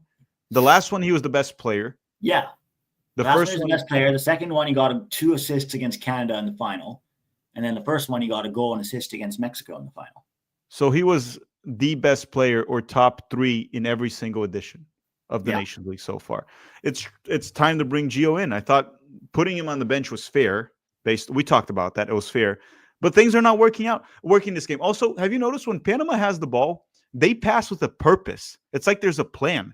And they're able to get forward with it, and they look more like a team than we do. They defend better than us, and they attack better than us. Look, this Panamanian team is far less talented. It's incredible how Thomas Christensen gets this team to look so much better. They don't sit back. They play a mid-block. They cover space very well. You can't really find, like, how many times did Weah try to drive inside, and there's like 2 or 3 Panamanian players all over him, and they just take the ball from him very easily. Weah was anonymous too. Everybody was just poor across the board. I don't think there's anybody who's been good.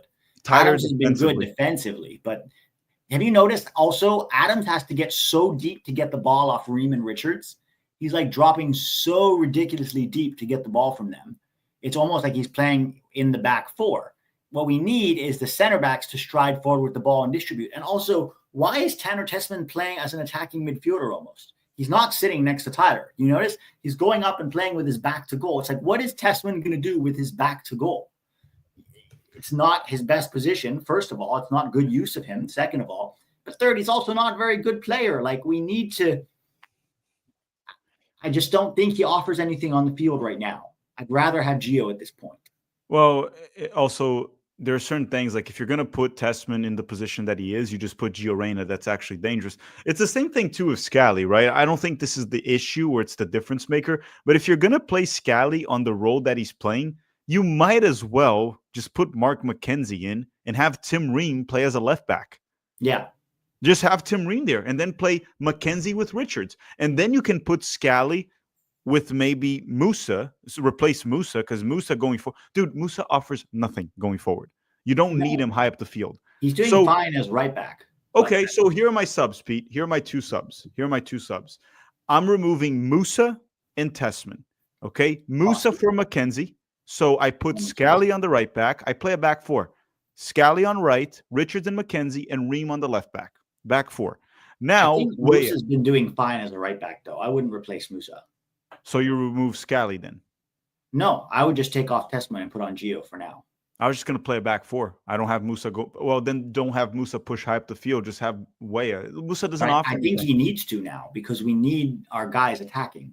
We need him going up there. And I think he has a negative effect on offense. That's my opinion on Musa. That's my opinion.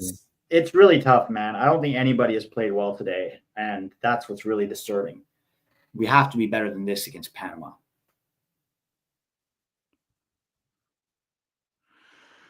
Yeah, let's see here the super chats. TSPMO, what is that? I don't know what that means.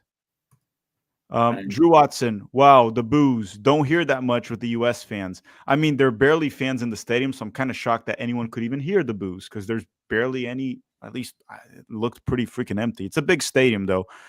By the way, if you guys just tuned in, make sure to drop a like in the stream. We truly appreciate it from the bottom of our hearts. Let's try to hit 1,000 likes in the stream. It's very quick, and it's a great way to support the channel for free. They're saying Adams and Tessman looking good. Pulisic wide, please. I don't think Adams with Tessman is... Adams has been fine. He's been doing his thing on the ball, what he does, and he's been good defensively. I don't think Tessman has looked good at all. Yeah, no, I don't think so either. I think he's just a passenger out there. Yeah, at times even some very weird giveaways and some awkward moments. Like there was a moment in the box where he got the ball and he tried to do like somewhat of a trick move. Did you see that? And he just gave it to the goalkeeper. I don't know what he was trying to do. I don't know what he was trying to do there, but it's just like, dude, don't try to do what you can't do during the game. Try that in practice. Randy said, new World Cup cycle, new coach, same USMNT performing worse as a group than they do as individuals. So far, I can't really argue with that. So far, I can't argue. But here's the thing that I said. Berhalter always struggled to adjust. We'll see what Pochettino does, right? Yeah. You can make mistakes with the starting 11, and I think maybe Pochettino did. The approach is definitely not working. Yeah. There's time to fix it. Yeah. Berhalter always struggled with that. That's where Pochettino has to show us why he's paid $6 million a year. Yeah, 100%. It's time to adjust. Mr. said Reina needs to come on. The U.S. needs a creator. We agree with that. Pinning for Berhalter yet? No. Berhalter was, dude, he lost this team. Yeah, he lost to Panama. He also had the same problem against Jamaica in the semifinal last year, remember? Well, he was down 1-0 at halftime. He was down 1-0 at halftime, and he took an own goal from Jamaica. Otherwise, he would have been out in the semifinal too. Also, he lost to Panama by bunkering. Ghost Card 21 say, yo, Tack Pete, we're missing BBL Shaq Moore in the US. We're not missing Shaq Moore. Thiago Martins saying, who are Panama's players who are playing nice? I mean, honestly, look, all of them.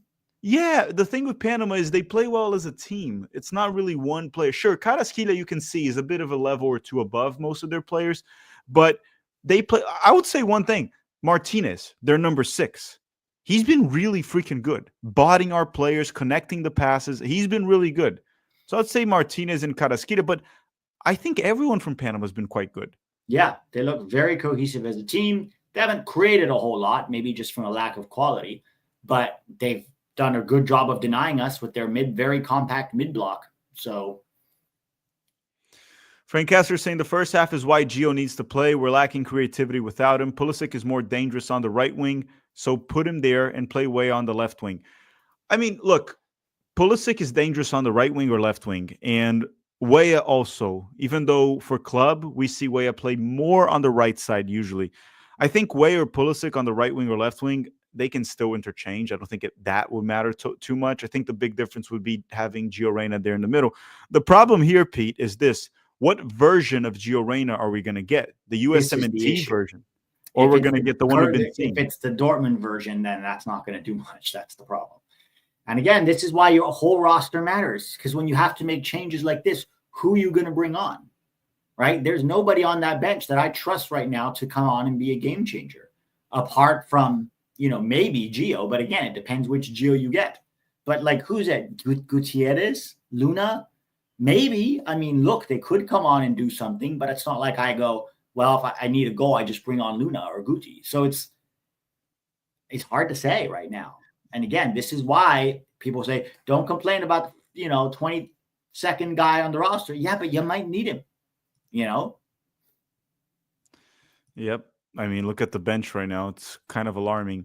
They're saying Gio's in horrible form. Yeah, but we've seen him come in horrible form for the national team and decide games for us in the past. So that's what we're saying. What version of Gio Reyna are we going to get? The one we've seen playing very well for the U.S. men's national team in multiple instances, or we're going to get the Gio Reyna that we've been seeing for Dortmund that looks like he's on cruise control very often, jogging around.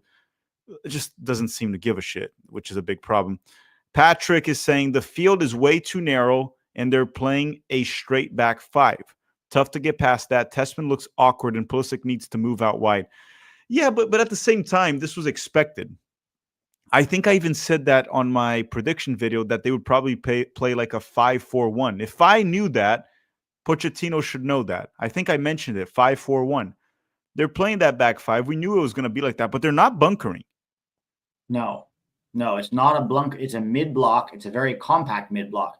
Another way to beat a mid-block is go over the top. But then you need runners. Have you noticed every time we go over the top, the only guy running is Sargent, and he's... They're going to send Nagiman in. No, so then that's what you need then is you need Pulisic and Weah making those runs in behind if you're going to go over the top. But right now, everyone's kind of stuck in the half spaces in midfield waiting for the ball with their back to goal. And then when we play it to them, the Panama players just step to the ball and we end up losing it. Oh, boy. And then they're saying missing Jedi this game. Well, we're definitely missing Anthony Robinson, but I don't think he would have been the solution to our problems right now. It always helps to have Robinson. We definitely would have been better with him, but I don't think it would have been the game changer for this one. And then John is saying definitely shows how much we need Brown at the left back. That would have been something.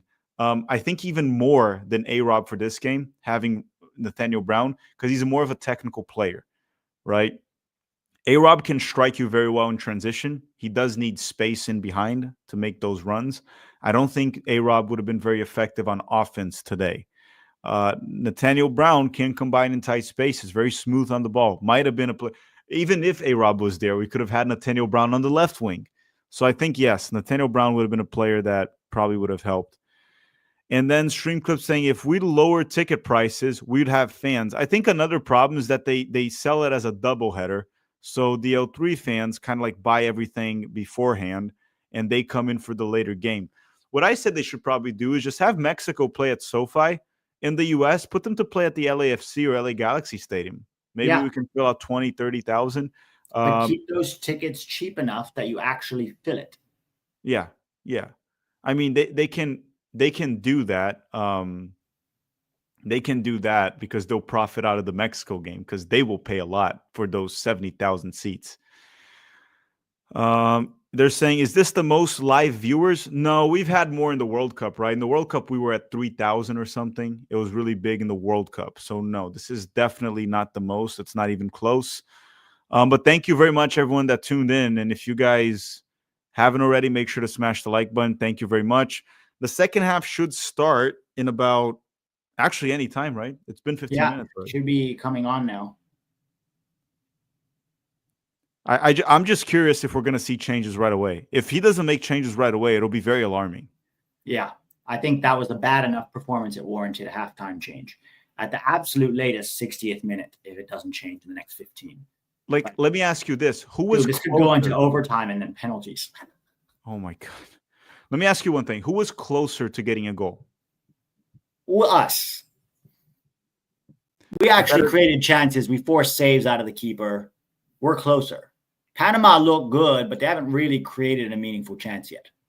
So essentially, they lack the quality to punish us. That's about it. Yeah. Okay, they're back. Let's see if there's any subs here.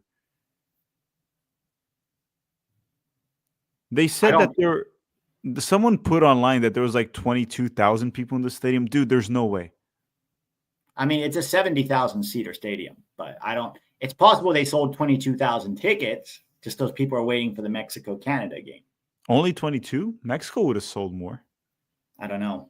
I don't know if they did it as a doubleheader. How can you say maybe they didn't sell it as a doubleheader? Then it doesn't look like 22,000 to me. No. It looks like Maybe 10% of the 10 to stadium. 15.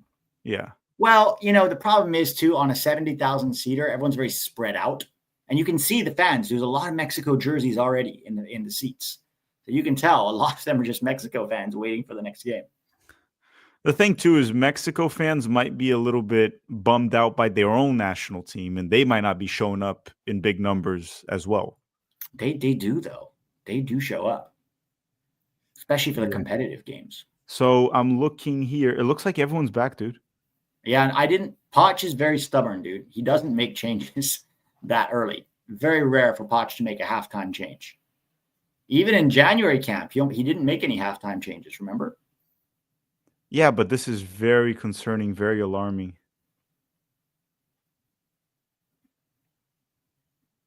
Because that means, I mean, he probably wasn't happy, but it seems like he kind of accepted that that first half performance, which definitely should not have been acceptable.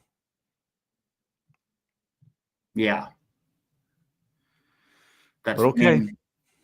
We'll see what this looks like second half, but oof, that was rough first we'll half. also see if he made any tactical adjustments, right? Yeah, if there was any positional switch. Or he magically made Tanner Tessman a good player.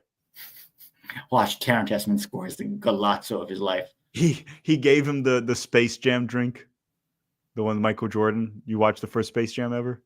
No. Okay, so you won't get it. Tessman gave the ball away again. So they didn't give him the Space Jam drink. Michael Jordan's water.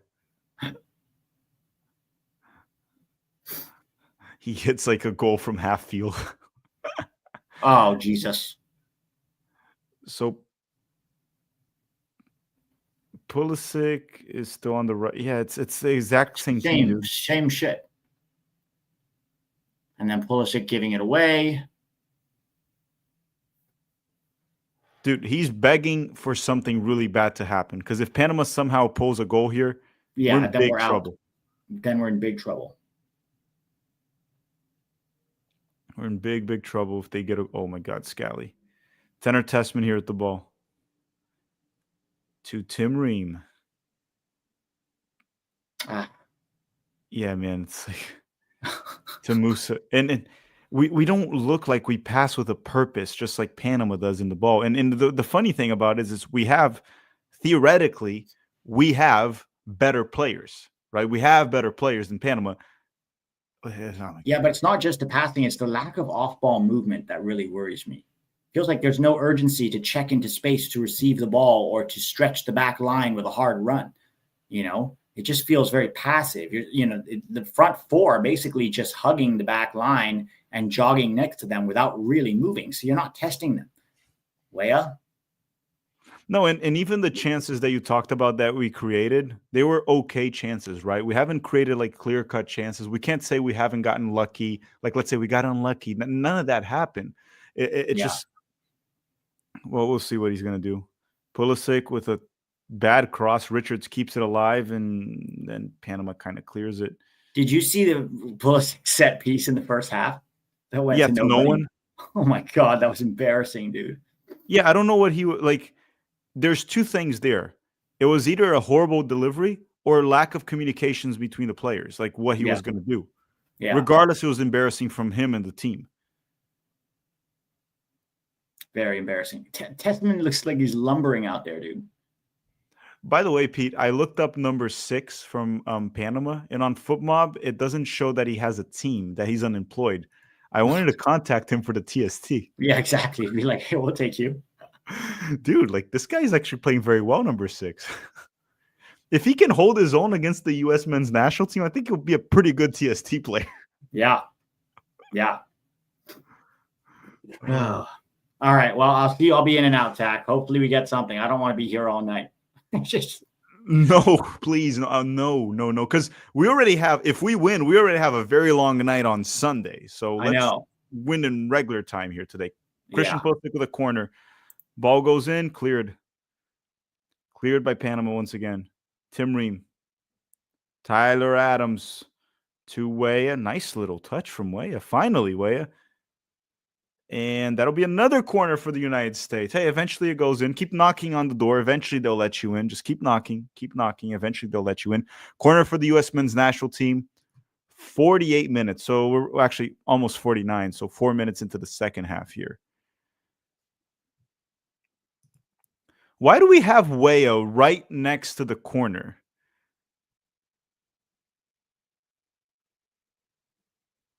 I don't get it. Okay, McKennie and the Panamanian player giving each other a nice little hug. Pulisic and right to the goalkeeper. Why does it feel like Christian Pulisic's set pieces suck for the U.S., but when we watch him for Milan, they're really freaking good? He's gotten a few assists this season with Milan. He scored an Olimpico. Sure, it was a bit of luck there, right? You got a little bit lucky. And here comes the U.S. Weah. He just got bodied again. Foul? Okay. No foul? Is it a foul or not a foul, Mother Liquor?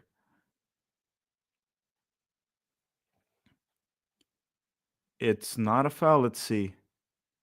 Yeah, that's not a foul. That's not a foul. Well, look, guys, look. I hate to say it, but that was a soft fall from Weah. That's not a foul.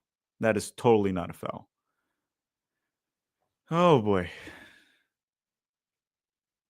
Okay, and here comes Panama. Down the left. Tyler Adams is on him. We should be fine with Tyler on him.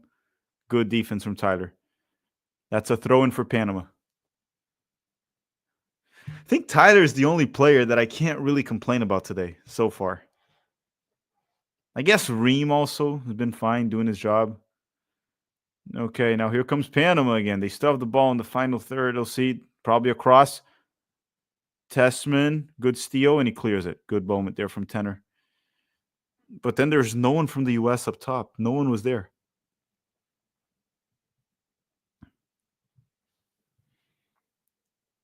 Okay, wins the header way to McKennie. McKennie looks a bit slow. Okay, Sargent kind of pressing. Like, this is what I don't get. Like, Sargent is pressing the goalkeeper on his own. If you don't have a well-coordinated press, it's not going to fucking work. You can't have one player running around like a headless chicken pressing on his own. You guys saw that, right? Sargent pressed the goalkeeper. He passed to the center back or whoever was out wide for Panama. No one was pressing him. That is a disjointed press. Now, is that on Pochettino, the players? I don't know, but that is clearly a disjointed press. Or Sargent was just pressing because he wanted to press. There's that too. If he was doing that, then he's a freaking dumbass. Okay, Panama. Again with the ball hitting. I'm telling you, this number 6 is good. That was a good layoff. But then Tenor Tessman recovers it for the U.S. And then he gets the ball, and we're so slow with it when we recover it.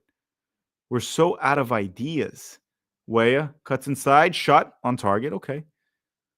Not a brilliant shot, but an okay shot from Weah. Try to do something.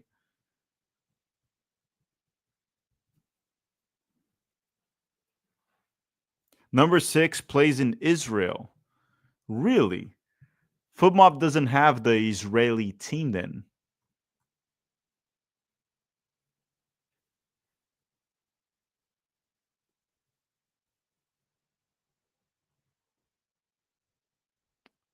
All right. All right.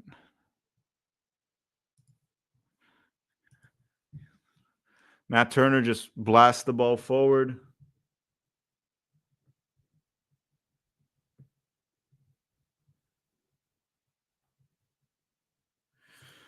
Okay, hold on, everyone. I need to take notes here, right? They're saying, Sargent can't coordinate from the front. He was playing hard. He wants to win and score. No, Matt, I get that. And I didn't say that Sargent was a dumbass. What I meant was if he was pressing on his own with no coordinated press with his team, then yes, he was a dumbass. Now, I don't know if the issue was him or his teammates. Like, playing hard and wasting energy and doing that for no reason is not smart.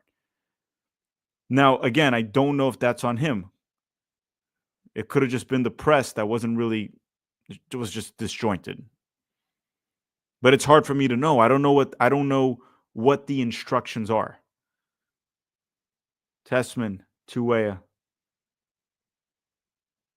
Oh, Tyler try to find Weston, nothing, and then here comes Panama. Tim Ream, you can't mistime that. Free kick for the United States. Matt's saying, no, you shit on Sargent's. Like, yeah, I mean, he kind of hasn't been good, so maybe that was why. But the press that he did there was kind of dumb. I don't, like, if you think about it today, I don't really have many good things to say about Sargent in terms of his performance today. I want the team to win, but I can't really say many good things about Sargent today. That goes for most players. Like I said, I mean, Matt Turner hasn't done anything wrong. I can't blame Turner either.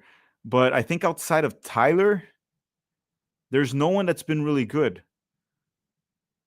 Outside of Tyler. I guess Ream has been fine too. I can't really complain about Tim Ream. And Richards had that one shaky moment. Outside of that, Richards has been fine. Okay, Musa drives inside. And dude, I keep saying this. Musa on offense doesn't really provide much at all, if anything. Weah to Scally. Good cut from Scally. Cleared by Panama. Okay, that was almost. Okay, Pulisic, got to hit that. Hit that, Pulisic. Deflected. Corner for the United States. Corner for the United States.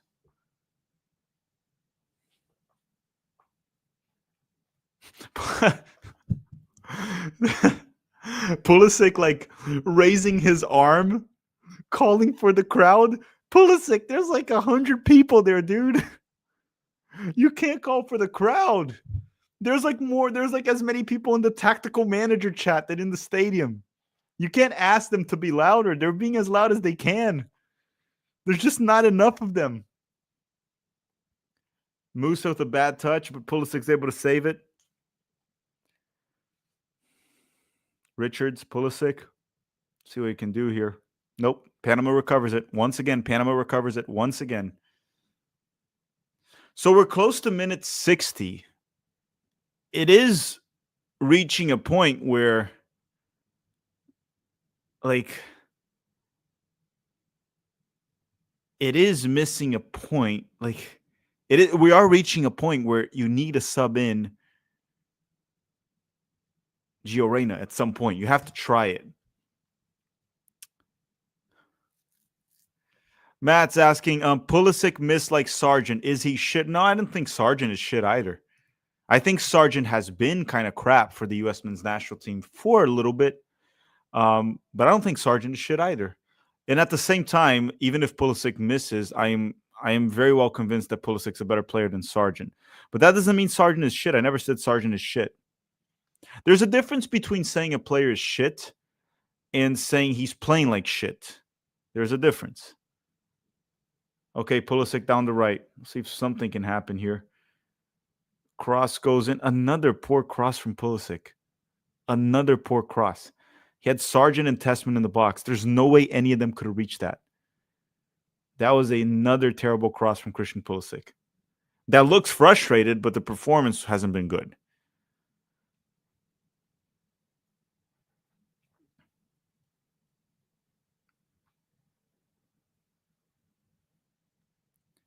So are we going to make subs, Pochettino? Are we? Are we going to make any substitutions at all? We're minute 58. We're not really creating anything. I mean, we've been holding possession better this half in terms of like not really allowing Panama to do anything. That's one positive for sure.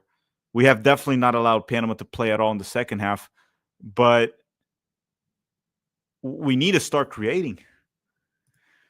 Anton is saying Zendejas would have done something different. He's one of their top 3 players in Liga MX, which is better than MLS. Yeah, look, I'm not really a massive Zendejas fan, but I do agree with you that based on the options we have on the bench, and good play there from Weah. I think he nutmegged the Panamanian player and got a corner. I do think that, Zendejas could have been an option off the bench today based on who we have. But again, look, the thing is Pochettino's not using the backups. Gio Reyna's in poor form. I agree. But it's past due. We need Gio Reyna on the field now. We need it on the field now. We can't have this go to extra time. We play on Sunday. Any extra minutes we play is not good.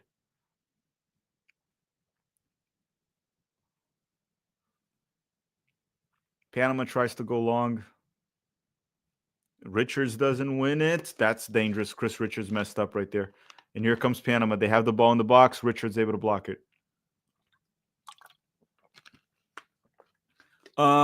You think it goes straight to penalty kicks, DK? I don't know. Because last year we played Jamaica in the semifinals. It went to extra time. I think it has extra time. Last year we played extra time in the semifinals against Jamaica. I think they do. Anthony saying, Tack, are you sure we're going to be playing on Sunday? Well, even if we lose, we play on Sunday. There's a loser's game, the third place match. So even if we lose, we will play on Sunday. Barney7181 is saying Pulisic for Milan is Messi. Pulisic for the US is Brendan 2.0. I wouldn't say he's Messi for Milan, but I get your point. He's outstanding for Milan. He really is. He's really good for Milan.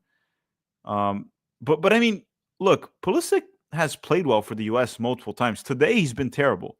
But we've seen Pulisic be incredible for the United States as well. Many times. I've seen Pulisic ball out for the U.S., I think for 8 years now, right? For nearly 8 years, we've seen Pulisic play very well for the U.S. Musa goes down the lane. That's going to be a goal kick. Like we got to get Musa out. We got to get Musa out. At this point, we need to get Musa out.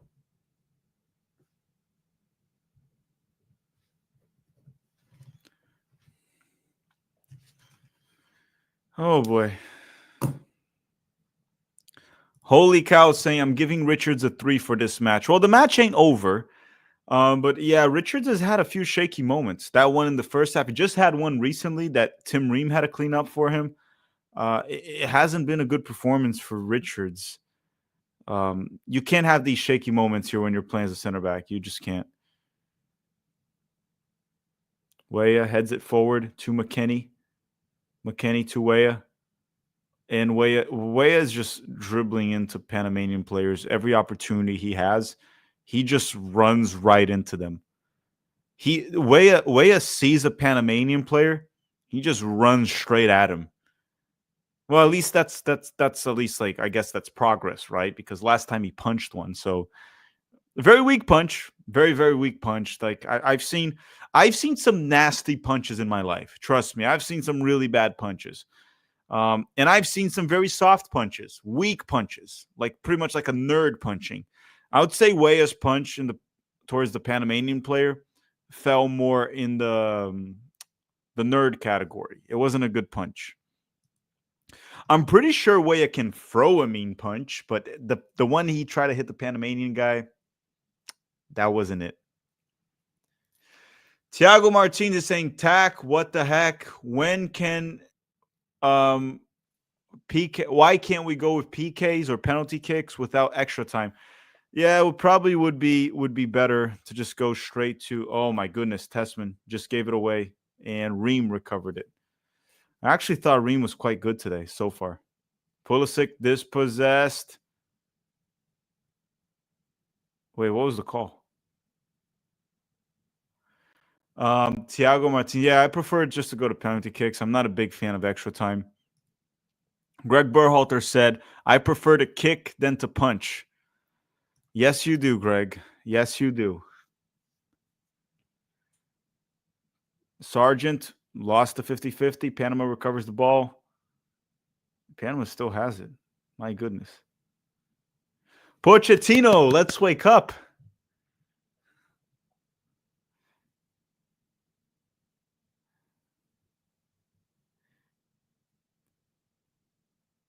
But 64 minutes.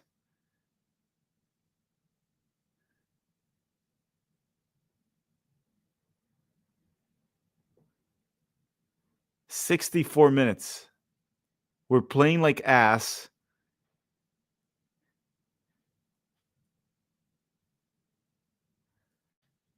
My goodness. Tessman, McKennie. Tenor Tessman here with the ball. Lots of time and space. Finds Richards, Tyler.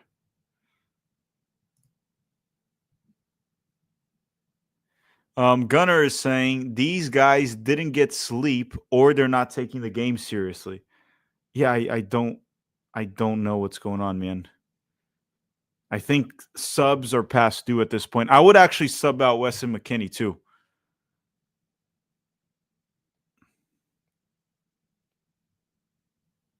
I would probably sub out Weston McKennie too.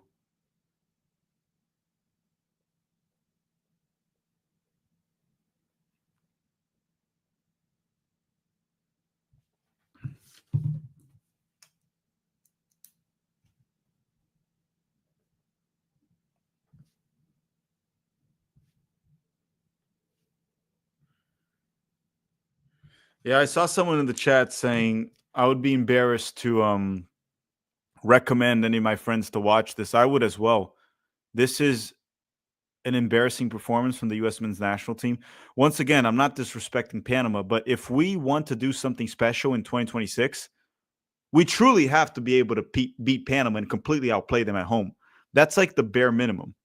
But everyone remember, I told you guys that I'm not very superstitious, but usually this works. When we hit 1,000 likes in the stream, the U.S. scores. Do you guys want to test this theory? Hit the like button. We're at 827. Hit 1,000 and you'll see. Hit 1,000 likes and you'll see the United States will score. Jack McGlynn. So he's calling in Jack McGlynn.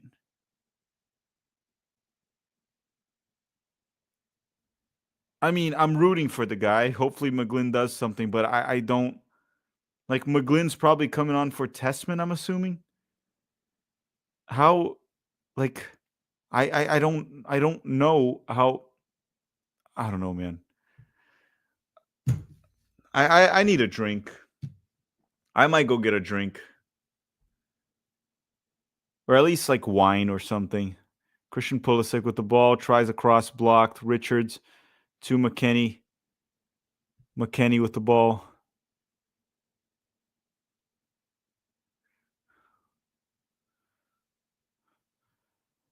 Let me see if I didn't miss anyone.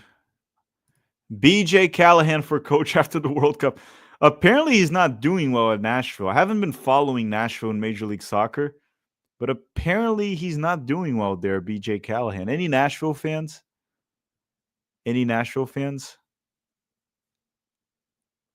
Musa. Cross goes in. Sargent. Oh, he almost got his head on it. That would have been a good header. 67 minutes. I think we're going to get our first substitution here. So Aguiman and Jack McGlynn. Josh Sargent is out.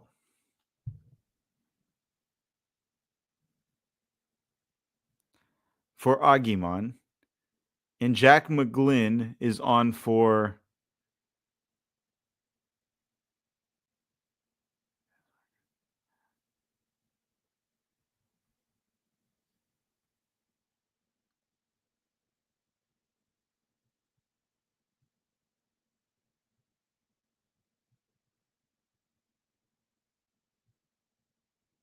Yeah, I can't really defend Josh Sargent's performance.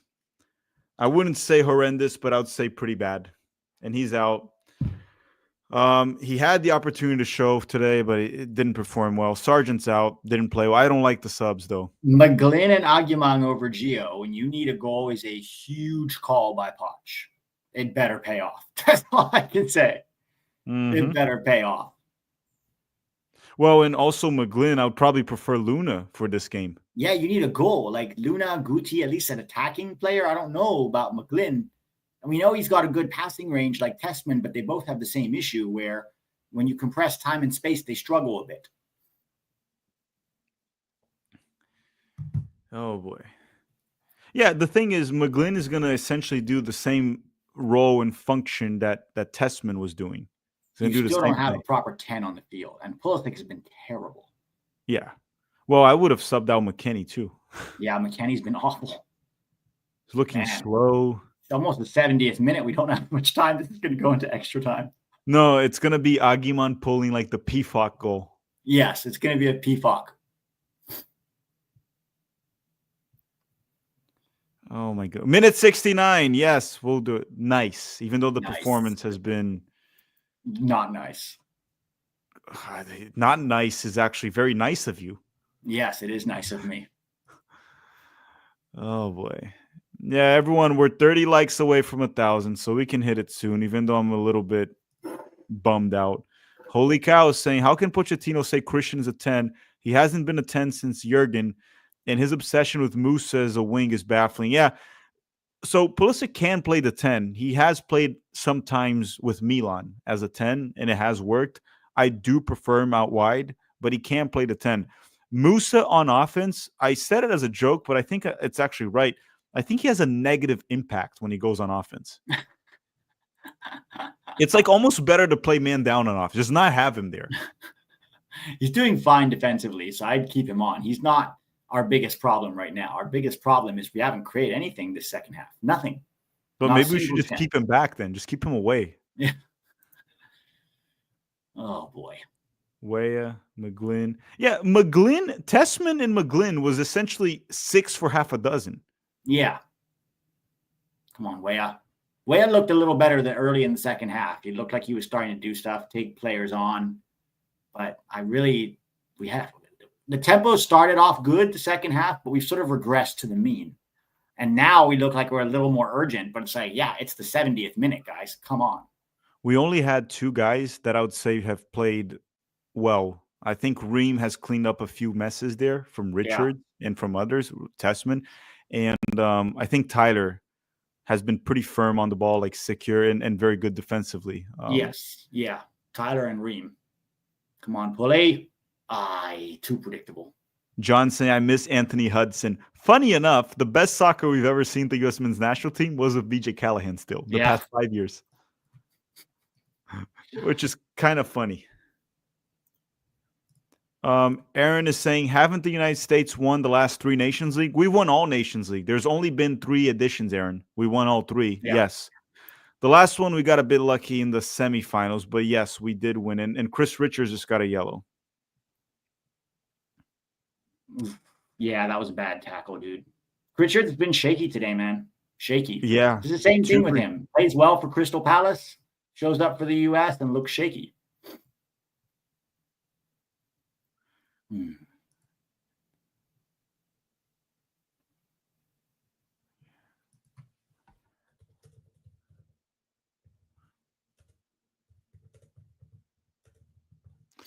Yeah, man, I don't know what Pochettino was thinking with the subs. We got to hope it pans out, dude.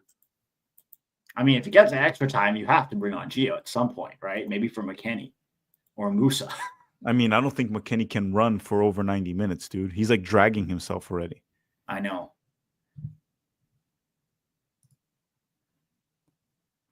Tiago's saying, this today, U.S. versus Canada team, who would win? Well, if we play like this, we're going to get killed by Canada. If we play like this. Yeah. If we play like this, we might as well not play Canada. It would be probably like a ass whooping, like a 3-0 win Canada, if we play like this.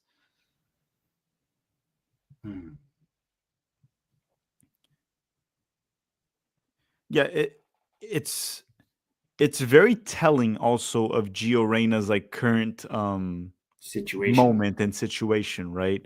That we need a goal.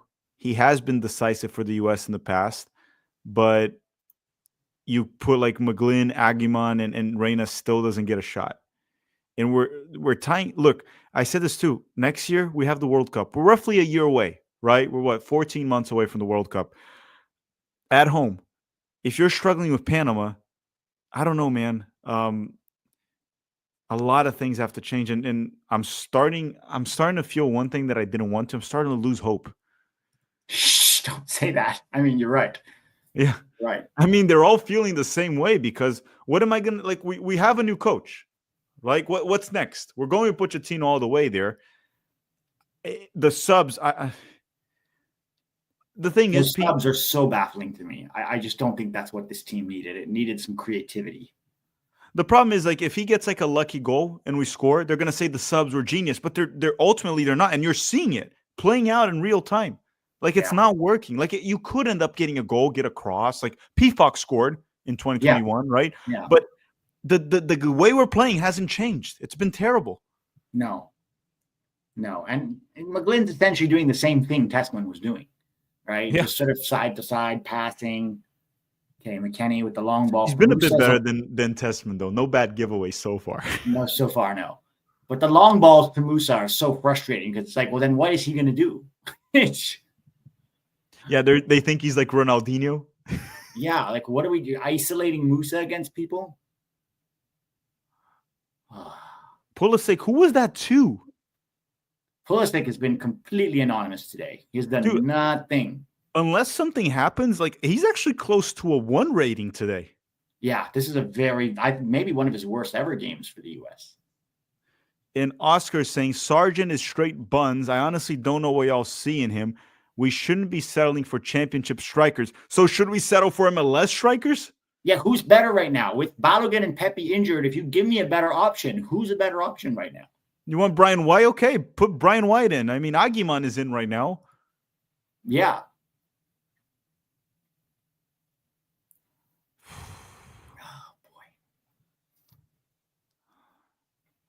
And then Steven is saying it feels like we don't care.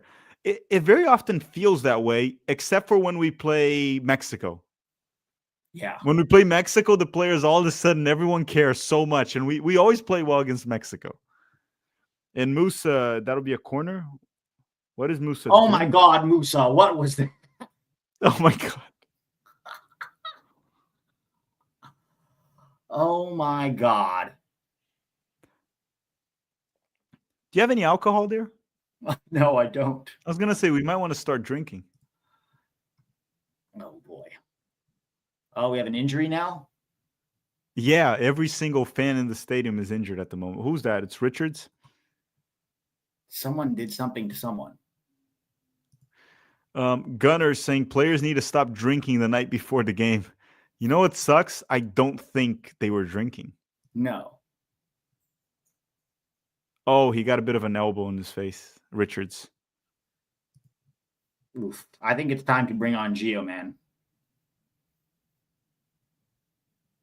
Yeah, he got swiped. I don't think it was intentional, but he did get swiped.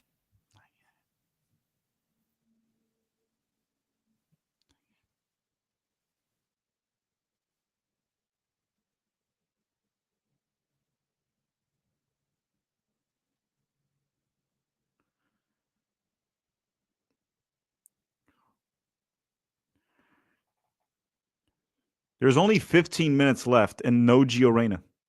13 minutes left.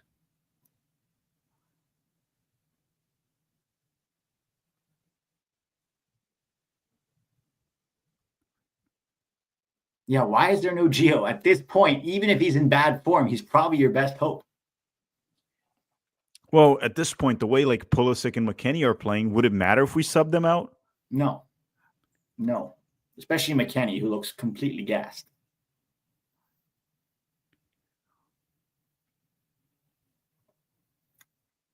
This is going to go to extra time, isn't it?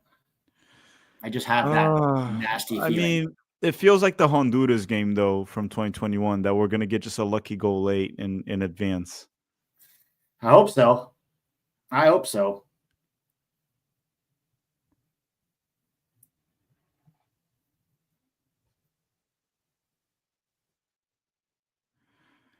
boy. Okay, Panama makes substitution. 12 minutes to go.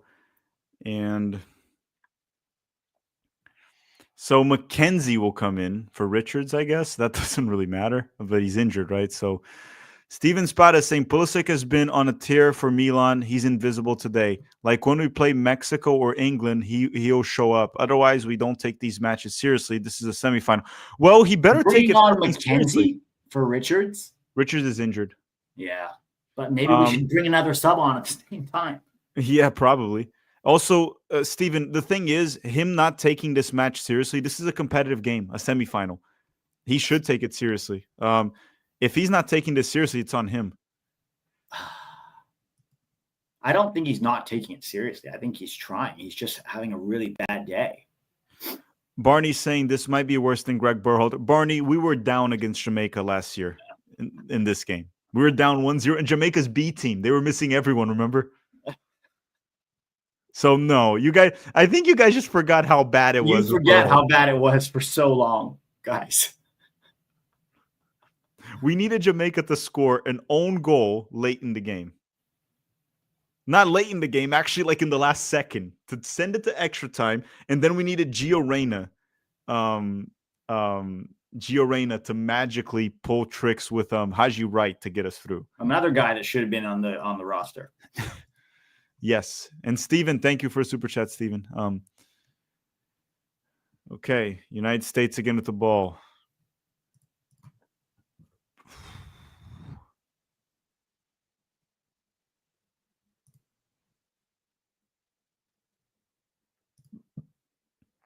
That'll be a corner for the United States. Yeah, corner kick for the U.S. men's national team. Have you noticed that even Pulisic's corners have gotten worse? He's good with Milan, and then with us, he can't take corners anymore. I know. It's depressing. And then he gets an assist right now off a corner. I know. Well, so be it. We need the goal. We'll take it. Wherever it comes, however it comes. I'll take a home goal at this point. Yeah. There's just someone from Panama. Can you score for us? Oh, my God. Anton is saying Pulisic only shows up when we play Mexico. Same with the rest of the team. We should request other teams that wear green. Okay, let's play Nigeria next. We'll play Nigeria. Okay, corner kick for the U.S. Ball goes in, cleared by Panama. And Pulisic still gets it. So another cross, cleared by Panama. Oh, God.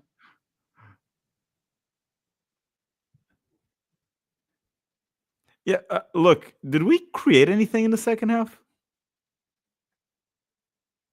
Okay, No.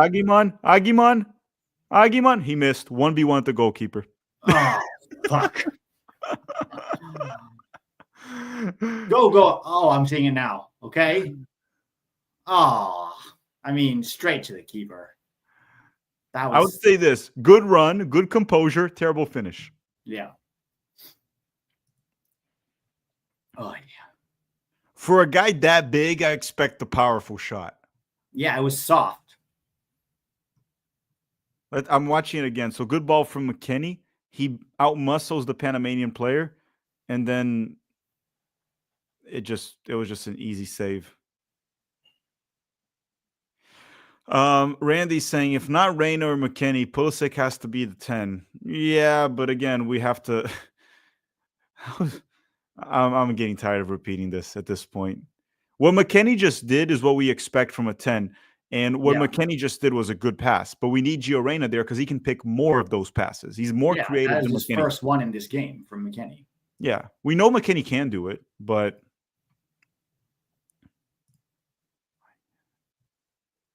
oof.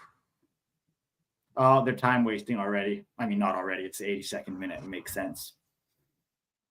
Come on, we're not going to bring on Gio? I don't understand this.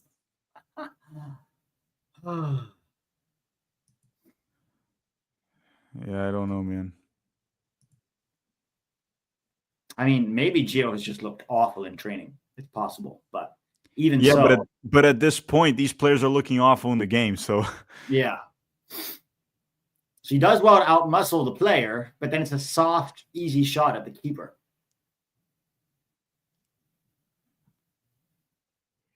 I hope we get an easy group in the World Cup, man. I hope. Good This is thing why we're people pot don't one. watch the top 10 anymore. There's not much good to say these days. No. Let me see if I didn't miss anyone. Tiago saying, if we lose, what players should be count responsible? All of them. Everyone. Besides, Everyone. I can't really blame Tyler today, but just count everyone. Steven Spada is saying, we need to send Pulisic pizza, pasta, and wine when he's playing. For us. Maybe that'll give him a spark. Yeah, I don't think it's the food in Italy that's making him play better.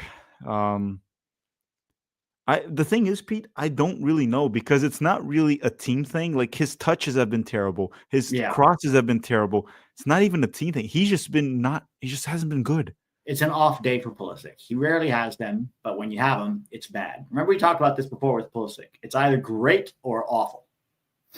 And to be fair, it's rarely awful, but today it is. Antonio's asking, so after this game, do we banish Sargent? No, we don't banish him, but he didn't help his case. Like right now, if Balogun and Pepe are available, Sargent is out. He had an opportunity today to make a statement that he could possibly compete with them. But if Balogun and Pepe are available, Sargent is out. But we can't banish him because look at the options. Did you guys see how Aguiman just finished that? Maybe Damian Downs? I don't know. Like, it's bad, man. Yeah, but still, that's still just one more player, so we can't banish Sargent. Yeah. But he definitely didn't really... It's just getting harder and harder to defend Sargent, man, because he gets these chances, and then it's like, all right, here's your chance, and then nothing. And then Julian saying, what did Paxton do to Pochettino? I don't know. I mean, Paxton being out is not that crazy of a snub, but I think he did earn an opportunity, yes. I mean, definitely over like McLean. Or even Guti. Yeah. Guti wasn't even that good in January camp. No. McGlynn to Ream. Scally. White to Weah. 86 minutes. Yeah, dude. I think if we see Gio, it's going to be in extra time.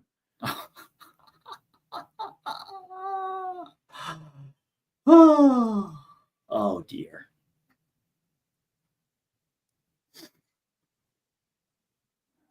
Scally, terrible cross. Even Scally's going high up the field now. Yeah, we need the goal. Actually, Scally's been pretty solid today for the role he's been asked to play. Thought he's been okay. I don't think he made any mistakes on defense either. No. Yeah, man. I do have to wonder, though. Could it be that in training, Gio is looking the same way he's looking at Dortmund, and then Pochettino's looking at that, and he's like, I can't fucking play like that, dude. That's the only rational explanation, to be honest. He's like, dude, you're jogging around, and you look like you're not trying to do anything. Like, why should I play you?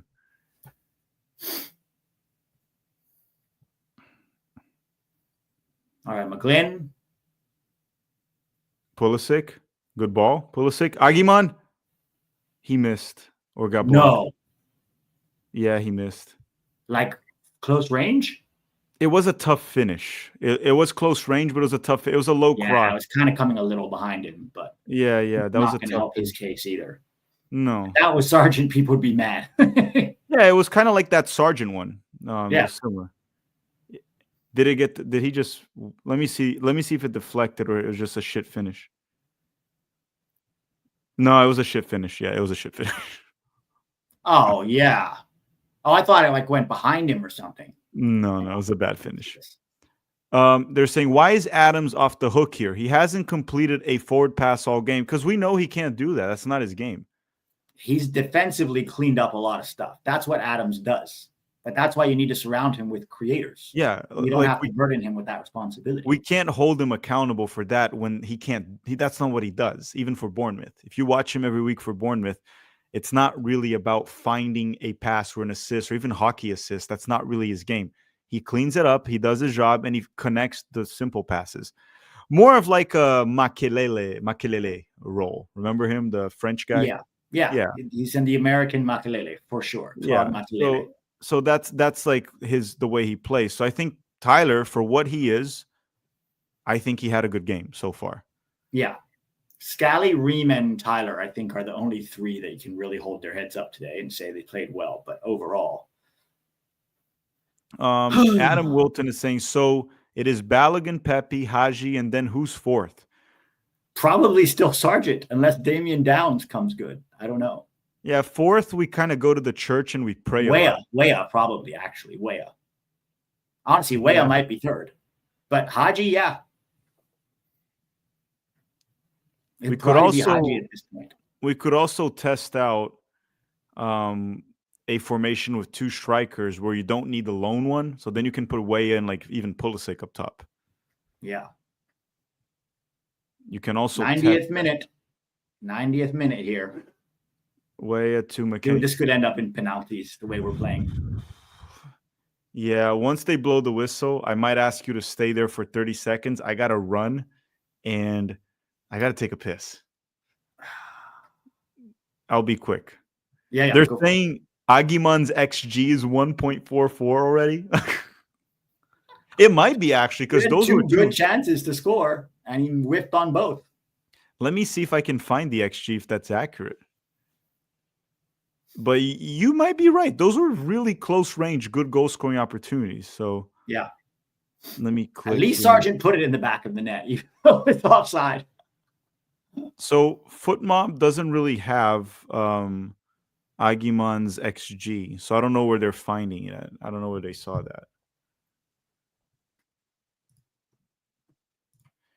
Aaron is saying, do you believe Canada is the kings of CONCACAF with them losing 2-0 to Argentina, losing to Uruguay in the Copa America bronze medal?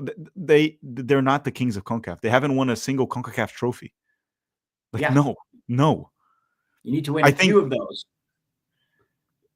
Also, guys, the Copa America run, I say this every time. I don't want to take credit away from them, but it's very misleading. Okay? It's very misleading of how they got there, the red cards that helped them, the bracket. Okay? So there's that too. Not making excuses because they did a lot better than us. They did what we didn't. They did what we didn't. So but kudos to them. If you're talking about CONCACAF champion, you have to win CONCACAF trophies regularly. Or at least one. Yeah. Since the last one was in 2000 in the Gold Cup. That was 25 years ago. Yeah. Half this chat wasn't even born. I wasn't even like aware of what was going on. Yeah. Brian Miller, thank you for the super chat, Brian. There's no question. And then Antonio is saying, on the bright side, add Serginho Dest, Robinson, Nathaniel Brown, Johnny Zendejas, Paxton, Floating Balogun, Pepe, in theory at least. Yeah, but here's the thing. For the World Cup, we could have players injured. So we need to be able to beat Panama with what we got. So I understand. I get your point, Antonio, and you're trying to put the glass half full, but I don't really see the bright side. Yeah. Why are we not recruiting Nathaniel Brown? I don't know, man. This is Weah, bad touch.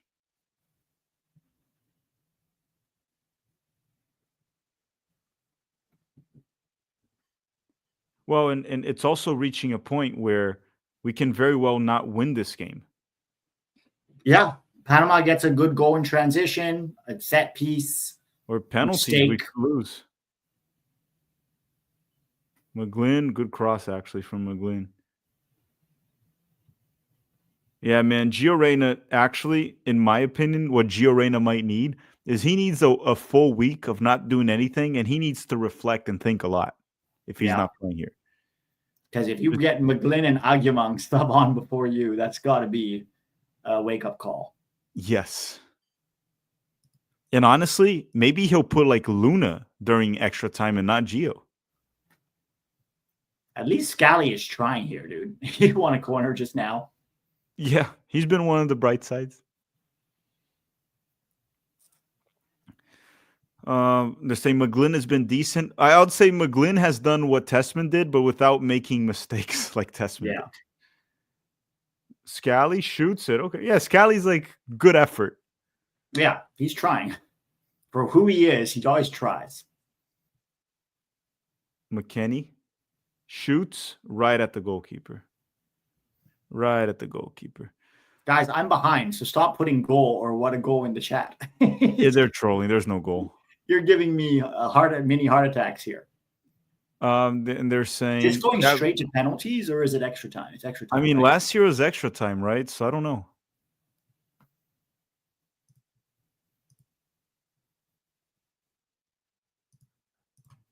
Let me see one thing here. Tiago's saying you should interview a Canadian soccer fan, Tech. I've done many videos with Canadians here. Many videos. Millard is saying Pamela Anderson is the queen of CONCACAF, eh? Why? Oh, Panama scored. Oh, we're fucked. Panama Oh, scored. we're fucking fucked. Oh, we are so fucked. This can't be true. They scored. Oh my God, they scored. We lost to Panama again. Oh my.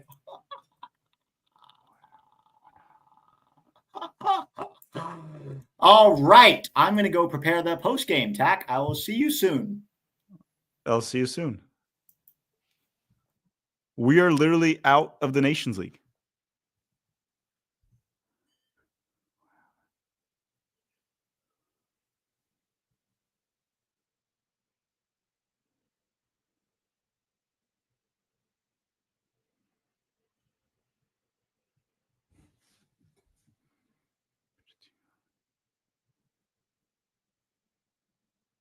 Yeah, Pochettino is officially on fraud watch.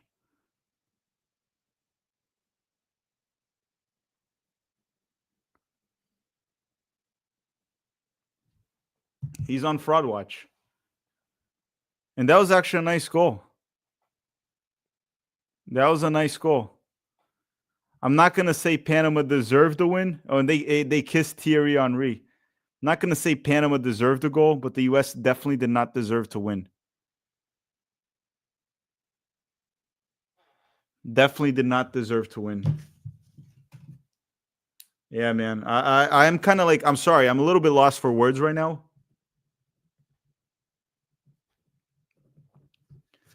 Because now we're going to play on Sunday the third place match, the losers match.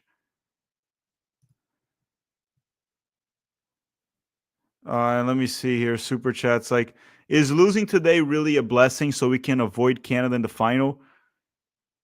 I don't think there's a blessing. I don't think there's a blessing at all here. There's no blessing of losing this. And Anthony's saying, I'm done. Good night. Steven Spot is saying, this is dumb. And Nate is saying, how's Panama our kryptonite?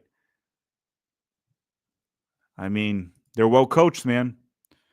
I'm not saying Pochettino's not a good coach, but it doesn't look like he's taking the job this seriously right now. I have a lot of questions. I have a lot of questions about Pochettino right now. A lot of the decisions, a lot of the MLS players he brought. It's not really on the MLS players because the guys in Europe sucked really badly today. But the lack of depth, no Gio Reyna playing, that was a bit odd. Now the U.S. just goes into desperation mode. Scally settles it. McKennie still has it. Scally has the ball. No, who has it? McGlynn. Why would you go back, McGlynn? The game's almost over. Why would you go back? You got to send it in the box. Pulisic. To Tyler. Oh, out of bounds. Tyler, that would have been a banger. Oh.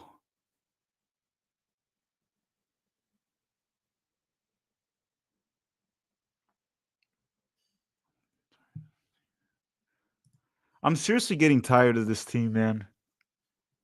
We're literally walking towards a disaster of a World Cup. Saif is saying, I just think we suck at soccer. We can continue to blame coaches, recruitment, the best athlete debate. We just suck at soccer. Yeah, I mean, maybe we're just meant to suck at soccer forever. The United States men's national team, right? The women's don't suck. Maybe we're just meant to suck forever. And that's game. That's game. Panama has knocked out the U.S. men's national team during regular time. Paramount Plus cut the feed. I wasn't watching on Paramount. Seth is saying, I hate believing in them. They could hardly care. Yeah, guys, listen. Once again, I'm just gonna say this before we go because I might as well. Let me just go through this. Panama is the new Ghana. Happy Neymar's sister's birthday. Oh, it's today her birthday. Happy birthday, Neymar's sister. And then you have the last super chat here from Drew. It's the players. We just aren't good. Yeah, we're going to talk a lot about the players. There's definitely a lot to talk about the players here. But everyone, once again, thank you very much for watching. As I said before, if you want to sponsor our TST team, the jersey, email at tacticalmanagertv@gmail.com. If you want to have your brand on our jersey, just email us. That's all, man. I don't have anything else to add here. Steven Spada said maybe we jinxed with all the Panama talk. I don't think we jinxed anything. There are no excuses. This is all on the players. There's really not much to say. I want to also give credit to Panama. I think once we lose a game like this, we have to also give credit to the opposition. We can't downplay their accomplishment. And Panama played the game very well. They had a game plan, a well-defined plan. They did well. So listen, we're going to go to 11 Yanks to shit on the U.S. for 1 hour, rightfully so. But if there's any Panamanian watching right now, congratulations. You guys deserved it. And Anton is saying, I heard that Pochettino is still messaging Levi? Who's that? His heart is not on it. I think he wants to get fired and get his money. I don't think he wants to get fired. But everyone, congratulations to Panama. And sorry, the U.S. men's national team, I'm getting really tired of this team. But that's all for today. Go follow us on Instagram and Twitter. And that's all. Bye.